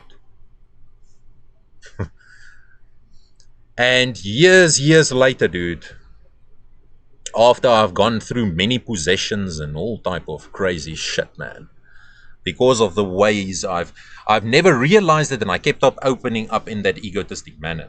This is now many years back, but there was one day where I got to the point where I was like, oh my word, now it all makes sense. It's that moment of synchronicity where I realized, because at that moment it was not the idea of, yeah, the idol is falling down. That's not the first thing I got. That was like, okay, you're leaving God here. There we go. Go play with your idols. And that is what that ritual that day was. That ritual was an idol for us. An idol of desire and lust. Yeah. We worked together to get something, but that something we wanted was to get money and power afterwards. Yeah. And that cross just came down, dude. So, Bud, is there anything else you want to say? Dude, I want to show you here. So this is a few things I've ticked off that we went through. Now, all the ones that are still written out, that's what topics I still want to handle with you. Yeah. And there's a second page. Nothing's ticked off there. So, I think we should call it quits here. That's what I also feel, dude. Out. Like, I think you can do this 4-hour episode, you can do it half, you know? But after we've taken it past this, there's going to be no turning back. You're just gonna be totally lost in the unknown. So let's rather just leave it here. Yeah. So closing Any thoughts. I think closing off thoughts? Yeah. what we've both kind of come to today in both of our journeys is like we want to always be acting outside of the ego from the God that lives within us, the still small voice that speaks within us. That's the place that we want to be directed from, and that should be the force that's directing us. Our egos need to be in submission to that, and that our entire life is an active magical manifestation, and that the goal of somebody seeking God or seeking the upward is to in increasing ways surrender to the all in some sense, and to get away from egoic I want and need, rather to let God manifest what I need through him for his purposes. Yeah. The difference between like I need So true. like I want this expensive fucking car, I want this thing, to like oh, I'm just driving in like Yeah, it's a a really want, top it's not a need class anymore, because I'm driving in the back of like a bulletproof SUV because that's what I need, right? Like it's just a side effect of everything else. And so it's that what we're trying to say, which is, it was summed up well by Jesus: seek ye first the kingdom of God and its righteousness, and all of these things will be added unto you. Yeah, no, definitely, and we always fall back to that. Last week also, like if you firstly seek the kingdom of God, all the rest of the things will come. But if you try to manipulate it in what you want it to be, again, where magic is done by you, then it becomes a problem. If it's done by God and you are just a conduit, that's when things get powerful. Like my thing I told you, whereas in our forest here, I with all these thorns and things, I go and walk bare feet and not a single thorn goes into my foot. How do you explain that? That's magic. But it's not me thinking about it, having to do a ritual before I go and walk. I just go and walk and I trust. Exactly. It is what it is. It's up to a point now where my faith is up to this point where we're allowed to do that because that's how it should be. Like anyone that has ever told you that no, it's just the people 2,000 years ago that could do that. No, dude, that's the whole illusion. That is why there's people running this world. They know of the powers we have as humanity. They know of the powers we have as a unit, as unity. When we stand together, that's why all dividing happens. And these dividing happens with these forces, these fallen angels, these forces that want to convince humans that they do not have power. And because they hate humans. Like if you can only function there and you are condemned, if I can say it in that way, I don't know, condemned, but if you're working from that space, you would hate the one that can work on both but never uses it. Because he's so stupid, he keeps himself so dumb that he never uses his true powers. Then you go watch these movies about vampires and werewolves and all that stuff, and you think this stuff is fantasy. like there's a reason why these shows show it to you as fantasy. There's a reason why you are acclimated towards it. There's a reason why it builds up this intense interest in you.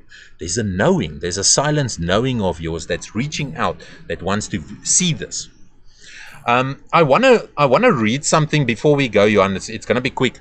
It's just a quick part, or maybe I should leave it for next time. Or what do you think? Or can I quickly read it? It's actually out of the Course of Miracles. Let's go. The topic's name is wholeness of spirit, wholeness and spirit, and I think this calls back onto the fact that this is what we want to run towards. And this is what my and Johan's goals are now. This is just how I look at it. So, and you, I know you'll agree. It's It is what it is, man. So the miracle is much like the body in that both are learning aids for facilitating a state in which they become unnecessary. When spirit's original state of direct communication is reached, neither the body nor the miracle serves any purpose. While you believe you are in a body, however, you can choose between loveless and miraculous channels of expression, which is love. You can make an empty shell, but you cannot express nothing at all. You will always express. You can wait, delay, paralyze yourself, or reduce your creativity almost to nothing, but you cannot abolish it. You can destroy your medium of communication, but not your potential. You did not create yourself. The basic decision of the miracle-minded is not to wait on time any longer than is necessary. Time can waste as well as be wasted. The miracle worker therefore accepts the time control factor gladly. The miracle worker therefore accepts time control factor gladly. He recognizes that every collapse of time brings everyone closer to the ultimate release from time, in which the Son and the Father are one. Equality does not imply equality now. When everyone recognizes that he has everything, individual contributions to the sonship will no longer be necessary. This is so deep, dude. When the atonement has been completed, and atonement is forgiving yourself and everyone else, and everyone staying in a state of total forgiveness. When the atonement has been completed, all talents will be shared by all sons of God.